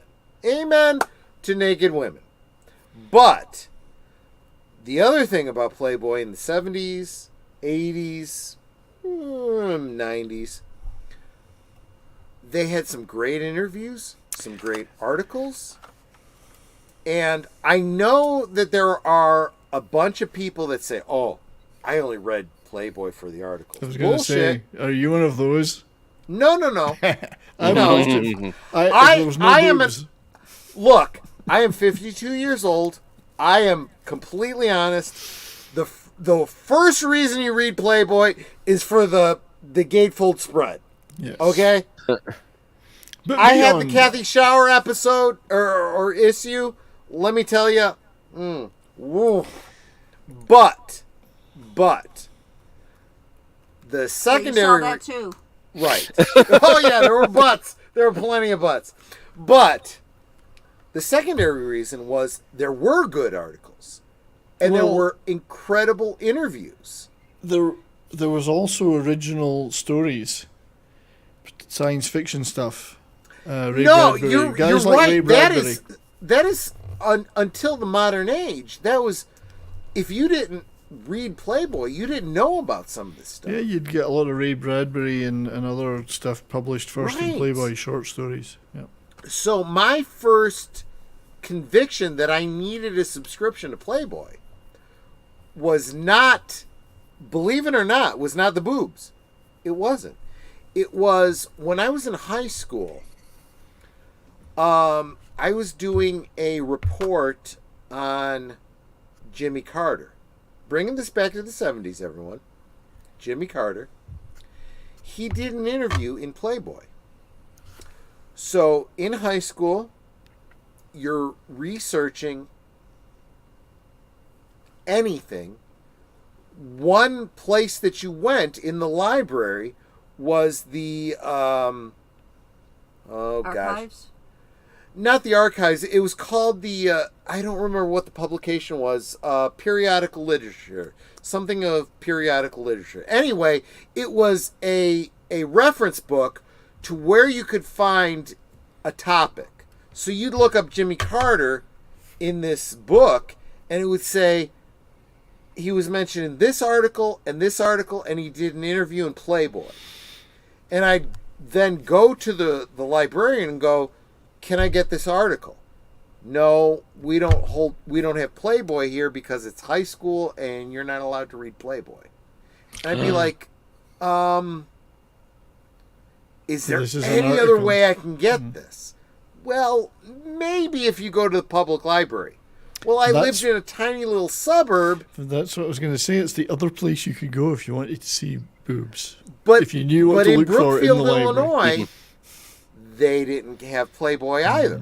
You'd have to go into the city, and I didn't have the opportunity or the time to do that. So, no Jimmy Carter interview for me. So, 1992, I get married, and I tell my wife, I want a subscription to Playboy. And that should have gone over like a Led Zeppelin, but when we talked about it, she's like, okay, I'll get you a subscription to Playboy. I mean, it's only, Playboy's pretty mild. Damn good magazine, completely beyond the nude women in it. Okay? Right. I learned, oh gosh, I don't think I've ever told anyone this besides my wife. I learned how to tie a tie because of Playboy magazine. Well, Hefner it had an article on how to tie a tie. There. Yeah. But I've got a collection of them, not a huge collection, but all with certain music interviews in them, like John Lennon and so on. I've got those editions. John Lennon's last interview, in stuff that like magazine. that. So now, in the modern George age, yeah. you can find those interviews online. You don't need a subscription to Playboy or the actual issue to see it. You can find it online It's not somewhere. nearly as much fun, though. No, true. Absolutely true. Brian. Oh, Troy, I gotta be heading out. You know. No, you can stay on though. I'm just saying. No. We're coming up on the 3-hour mark, and you know what that means? That means when we've gotten past the 2-hour mark, that means our guest, we have had so much fun. That's why we've gone past our usual time. Well, I appreciate you keeping it going for me, and I've had a lot of fun. I can assure you. We will start winding this down, but let's take this opportunity to say goodbye to Age of Boomer. Age of Boomer, we have coming up on Sunday a whole lot of stuff.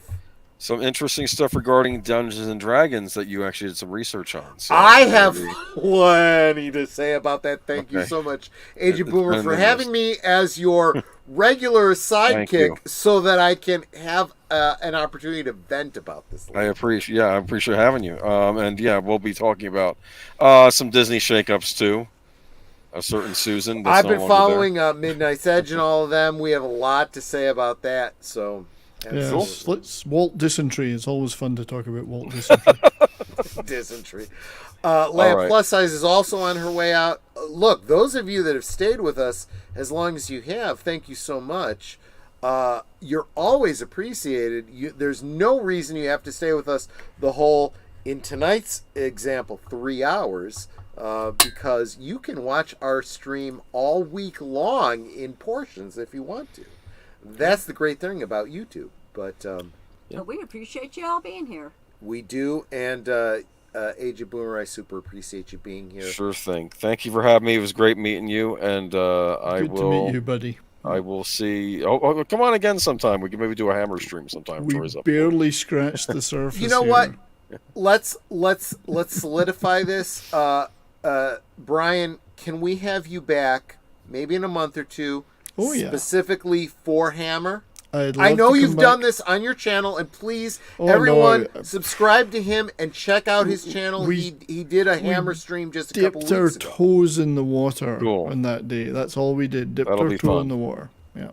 And you and Agent Boomer can talk about the films, and I will show the toys. How's that? Yeah, and I've still got all the materials from the show. I can bring up all the photos of the women of Hammer. Oh yeah, I would be good with that. I still got all my materials. I prepare for my shows. Sorry. Someone in the chat said that you should have asked Boomer what that periodical thing was called. He does work in a library. That's true. It varies from it varies from library to library.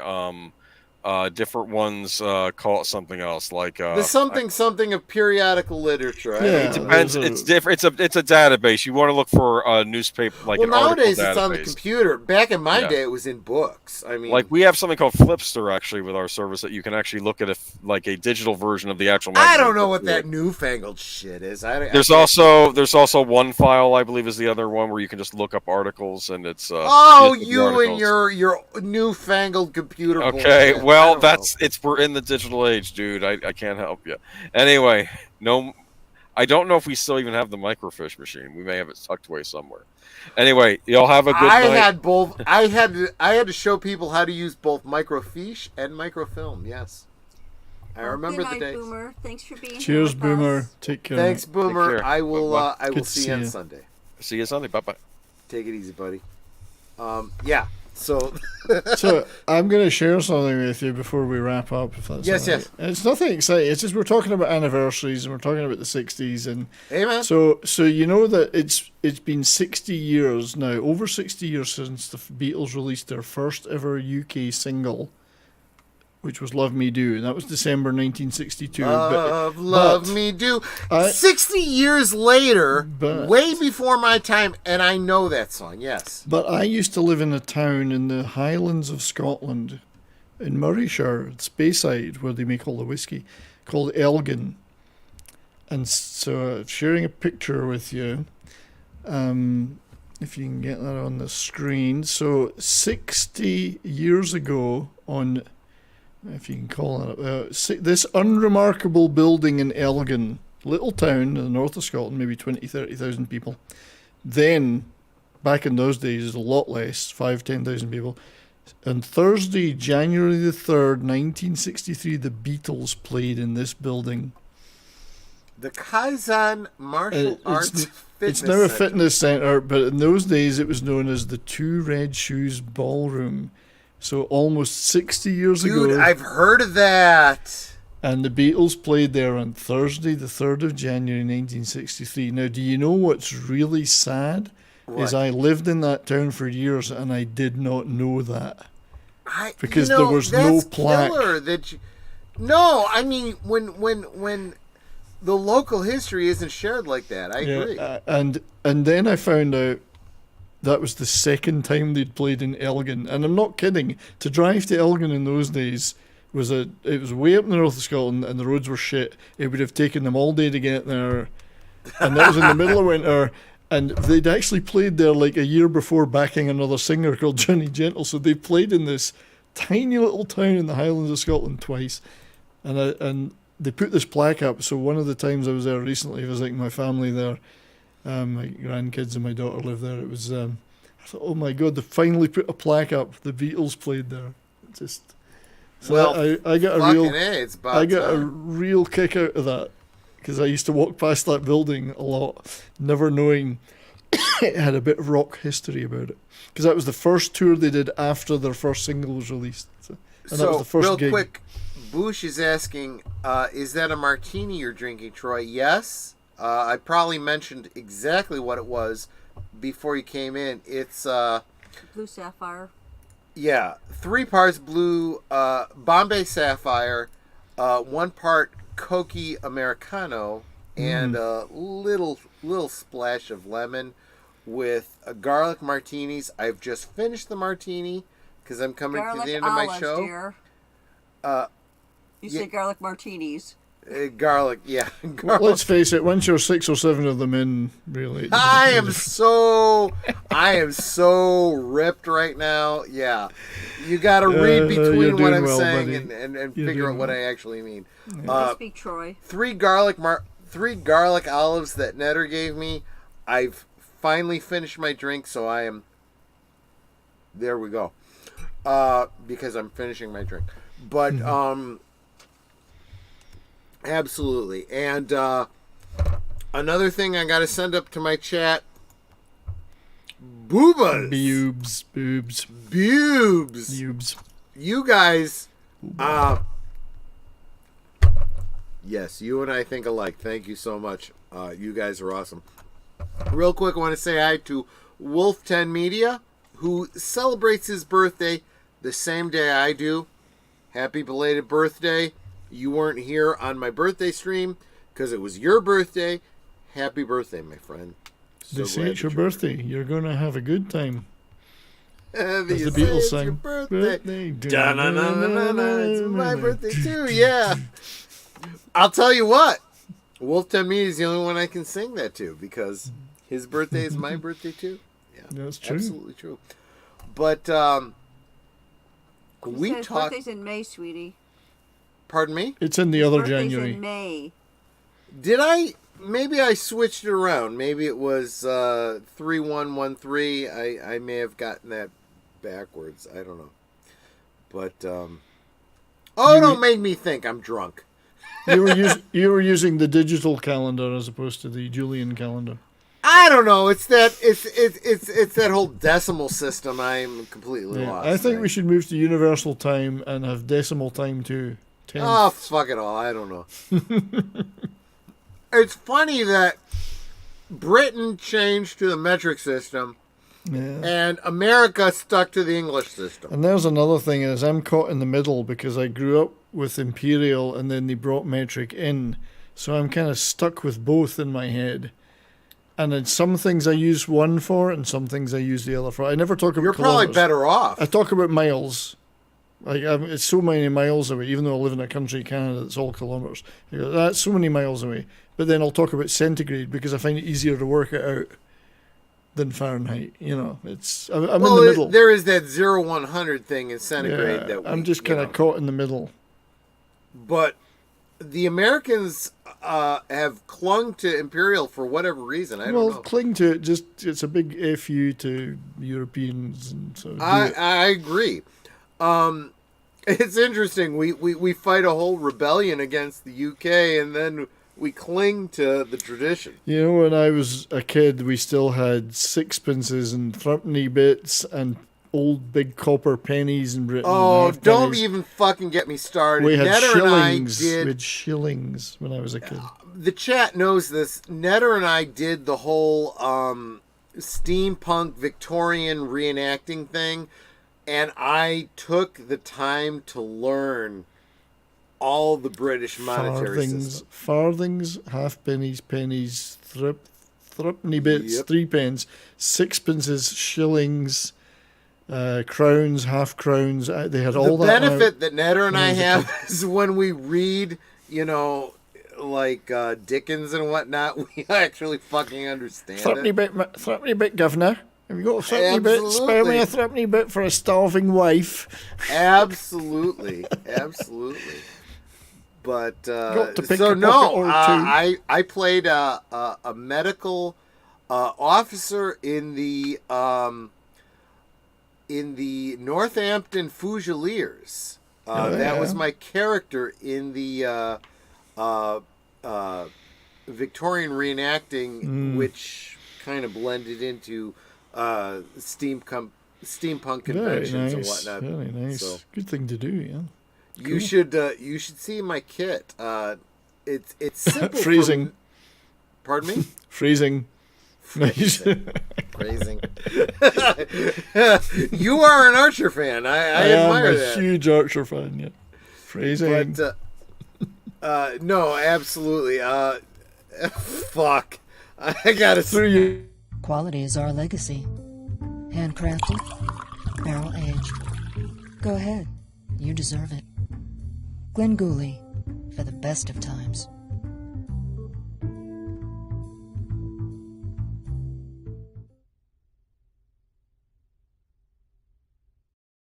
Gotta appreciate the Archer fans, just gotta say.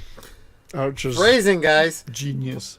But, yeah, no, the thing about that is most of the people that follow me know that when I get into something, I get into it whole hog. So when Netter and I did the Victorian steampunk, I got into my character, and I carried around a doctor's bag because I was a doctor, right? One of the items I carried around was a... It wasn't a douche, was it? I hope not. You don't want to be carrying a douche bag around, do you? It was a vibrator. Because, women in the Victorian era had hysteria that they needed to be treated for emergencies. And no, it was a real electric brrrr. Yeah, no, That must have been fun. Along with legal, modern legal, things like salicylic acid, which was prescribed for headaches. In fact, it's still prescribed today. They only call it aspirin. So, yeah, exactly. And one of the greatest drugs ever put together, aspirin. Let me tell you, when the pharmaceutical companies are telling you that you need to buy their product to treat something, before you do, maybe check the natural homeopathic. Check what's already available in the world. Yeah.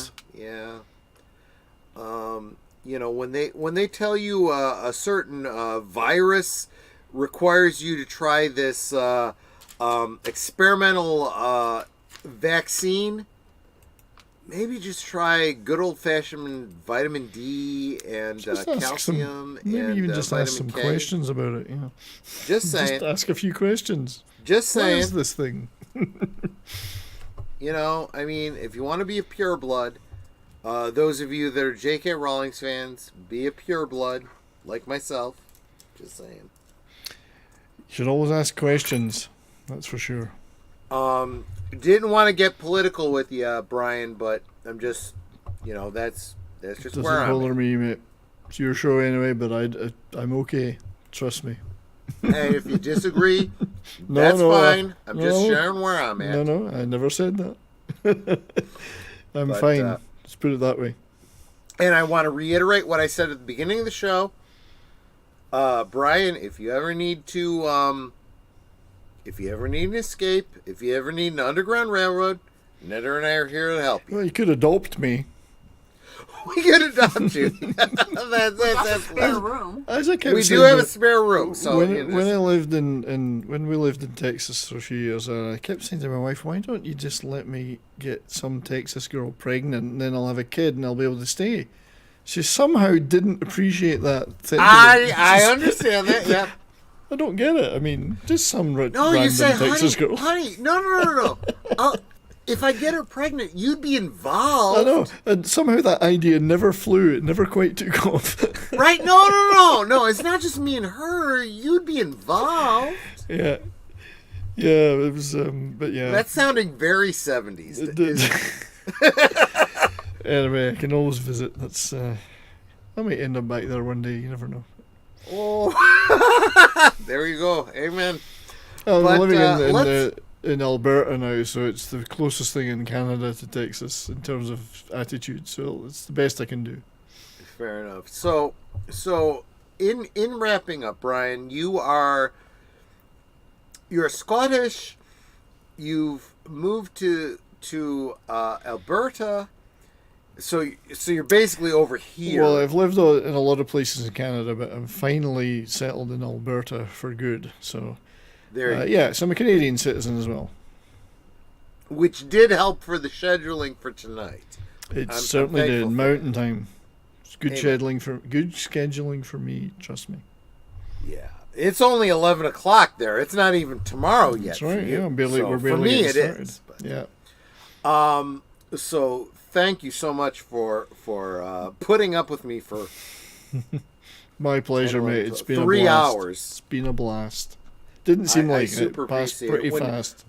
When bigger YouTubers come on my channel, I feel kind of encouraged that you have taken the time. Well, you're bigger than me. It's all relative. I'm only about 5'6", so I'm not that big. There you go. Fair enough.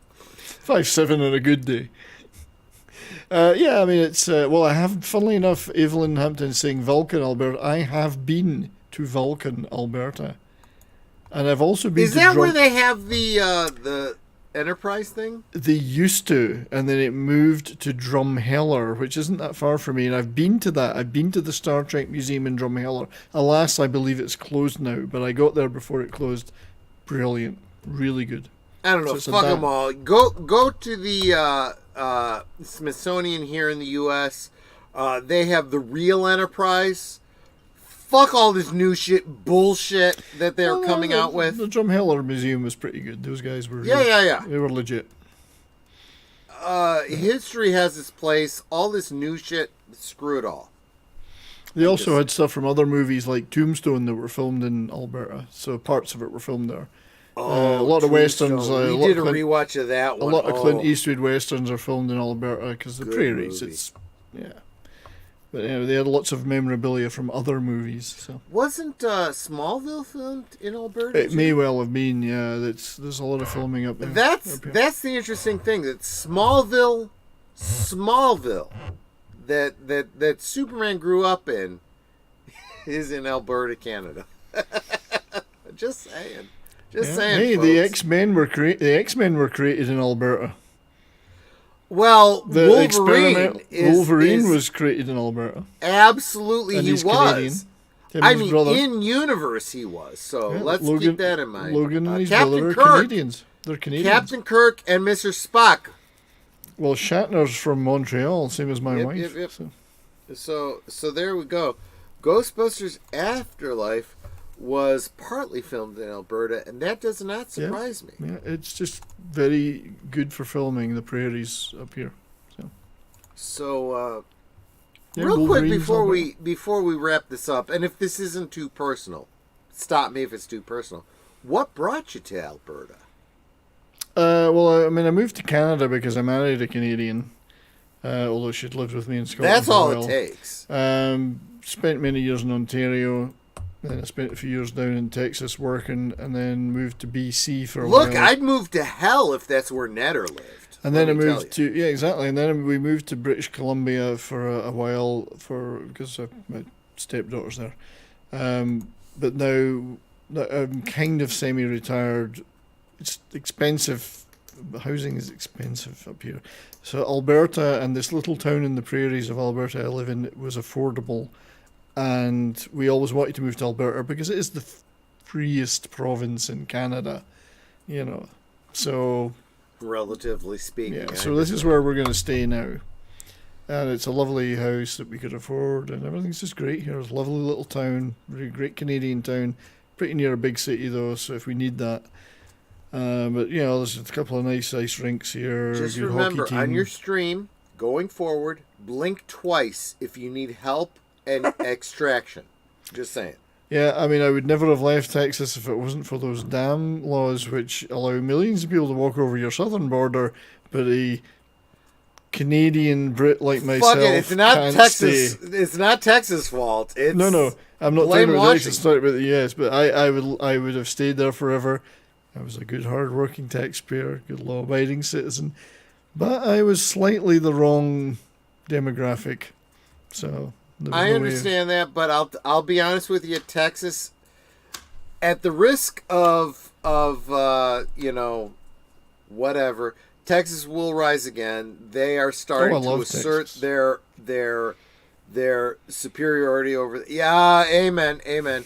Texas is reclaiming their borders, and they're saying fuck the federal government. Well, so. I mean, Alberta is the closest in philosophy to Texas in Canada, so it's why it's the best place. I mean, I don't know how much that's saying, but amen to that. It does have some semblance of reality, and does tell the federal government in Canada to go F themselves. So Bush says that people in Austin are getting pissed. I am not surprised. Surprised. I don't know. Netter and I are almost ready to move to Texas just to guard those fucking borders. I'm just, I don't know. Anyway. Let's not get off on the politics. Let's not get ourselves too depressed. We have been all over from World War II to the modern day, when the intent was originally to speak about 70s. But you know what? Doesn't matter. That's what Last Call is about. Just having some drinks and chatting about our backgrounds and just enjoying ourselves. Super have appreciated it. Let me ask you this, Brian. Anything you want to pitch? Tell my chat, the 9 people that are left. Oh, Courtney's here. Hi, Courtney. Courtney's one of my panelists on my show. Courtney is awesome. I love Courtney. She stops by every now and again to encourage me. I super appreciate her. She's the greatest. But yeah, so I'm a couple of things coming up. Tomorrow night, 10 p.m. Mountain Time, myself and Brahma will do a show called Bourbon and Boarding, which is about drinking and hockey. We drink I don't know. You got me a bourbon. we drink booze and we talk about hockey and show clips of hockey and fights and goals and stuff. So because we're both into hockey, and on Monday is that's the Canadian in you. Yeah, exactly. Monday, although my team is the Dallas Stars, so figure that out. Monday, 3 p.m. Mountain Time, the next edition of It's Only Talk and Roll with Courtney, who's one of my panelists. We're going to be doing the classic Walter Hill movie Southern Comfort. We're talking all about Southern Comfort. So, and I don't mean the drink. I don't know. All I know is the drink. So you had me at that. So that's going to be fun. And that's I've got some other stuff coming up soon too. The channel's really doing well. I'm up to 829 subscribers. I've got a bunch of people on Rumble watch stuff too.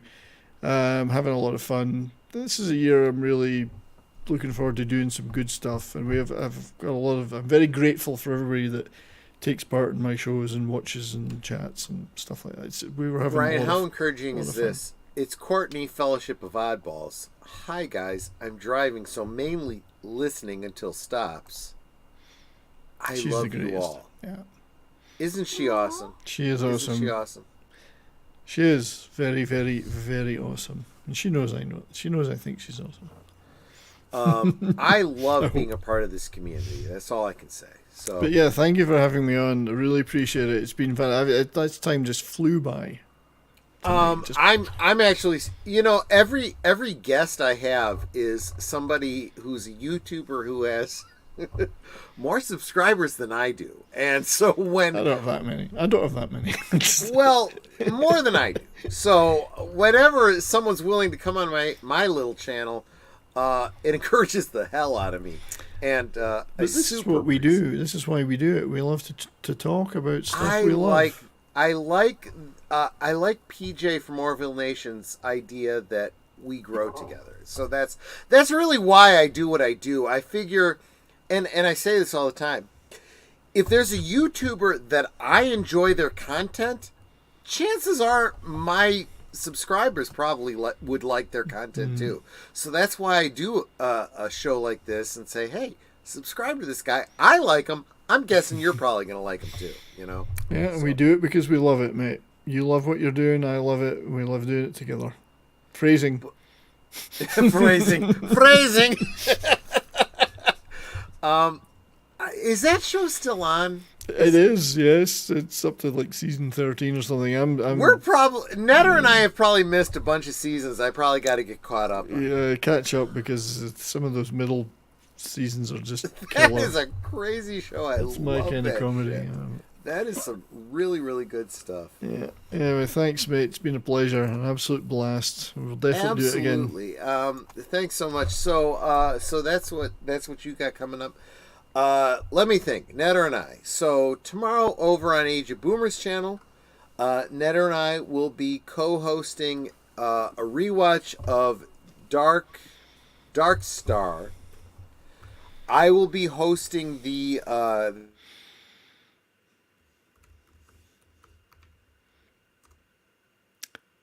Now, somebody's frozen, and I don't know if it's me or you guys. The Cosme link so you can watch the film. And, of course, are we still there? Okay. You're back. How did you lose me and not Netter? We are on the same internet. I know, that doesn't make any you were sense. frozen for a little while there, and it was... Because I'm the pretty one. That's exactly... Yeah, you're pretty, and you're more important. I agree with you 100%. Let me back up. So, tomorrow night on, not Age of Boomer, on Big L's channel, we will be doing a rewatch of Dark Star. Netter, myself, and Big Al. That should be a lot of fun. I will be hosting the Cosme link, and of course on Age of Boomer, on Big Al's channel, we'll be doing the commentary. Sunday on Age of Boomer's channel, Age of Boomer and I will be bringing you your weekly dose of geeky news on Geeky Geezers. Those of you that enjoy listening to me rant, tune in on Sunday. I've got a lot to say, let me just say. So, there we go. Monday and Wednesday, I have no idea, but Soundtracks with Birdman, he may or may not have something going on. He didn't fill me in, so I can't tell you. And that brings us around to next week. Join us here on Last Call, where my guest bartender will be Sir Torrin Clegane, and we will be talking about ABC daytime dramas of the 80s-ish. It'll be far more interesting than you think. I will be talking about how those shows have influenced the entertainment that you're watching today. That's a big leap, but trust me on this, you'll want to be there for that. So that's all I got. Brian, last words? It's better to burn out than to fade away. We didn't even get into Highlander. Oh, we should have done. But I had a blast, guys. Thanks for having me on, the pair of you. I really appreciate thanks it. for being here. You agreed to be on with us. 3 months ago, 4 months ago. It was a long time ago. Yeah. We've had this plan for a long time, so I super appreciate you sticking with me and being here. We'll do it again sometime, I'm sure, and I'll get you on my show one of these days. I would love that. If it's a subject you're into. Oh, thank you so much. Stay tuned. I would absolutely love that. Let's keep in touch. Absolutely, will do. And Netter, you want to give us your last words, because it's what I do. You touch our hearts, please. Well, I always say that we can talk amongst ourselves, and that's all well good and fun. But it's so much more fun when you guys are here joining us in the chat, putting in your questions, your comments, your trivia, your goofiness, all of that. Because it doesn't seem like you're just in the chat. It seems like we're all in the same room together, just enjoying each other's company. And you guys aren't just friends for us. You're our family. We love you guys, and we really appreciate you being here with us. So thank you for being here. Thanks, everyone. I hope to see you on the next one. Take care. Good night, ladies. Good night, sir. Hit it, sweetheart.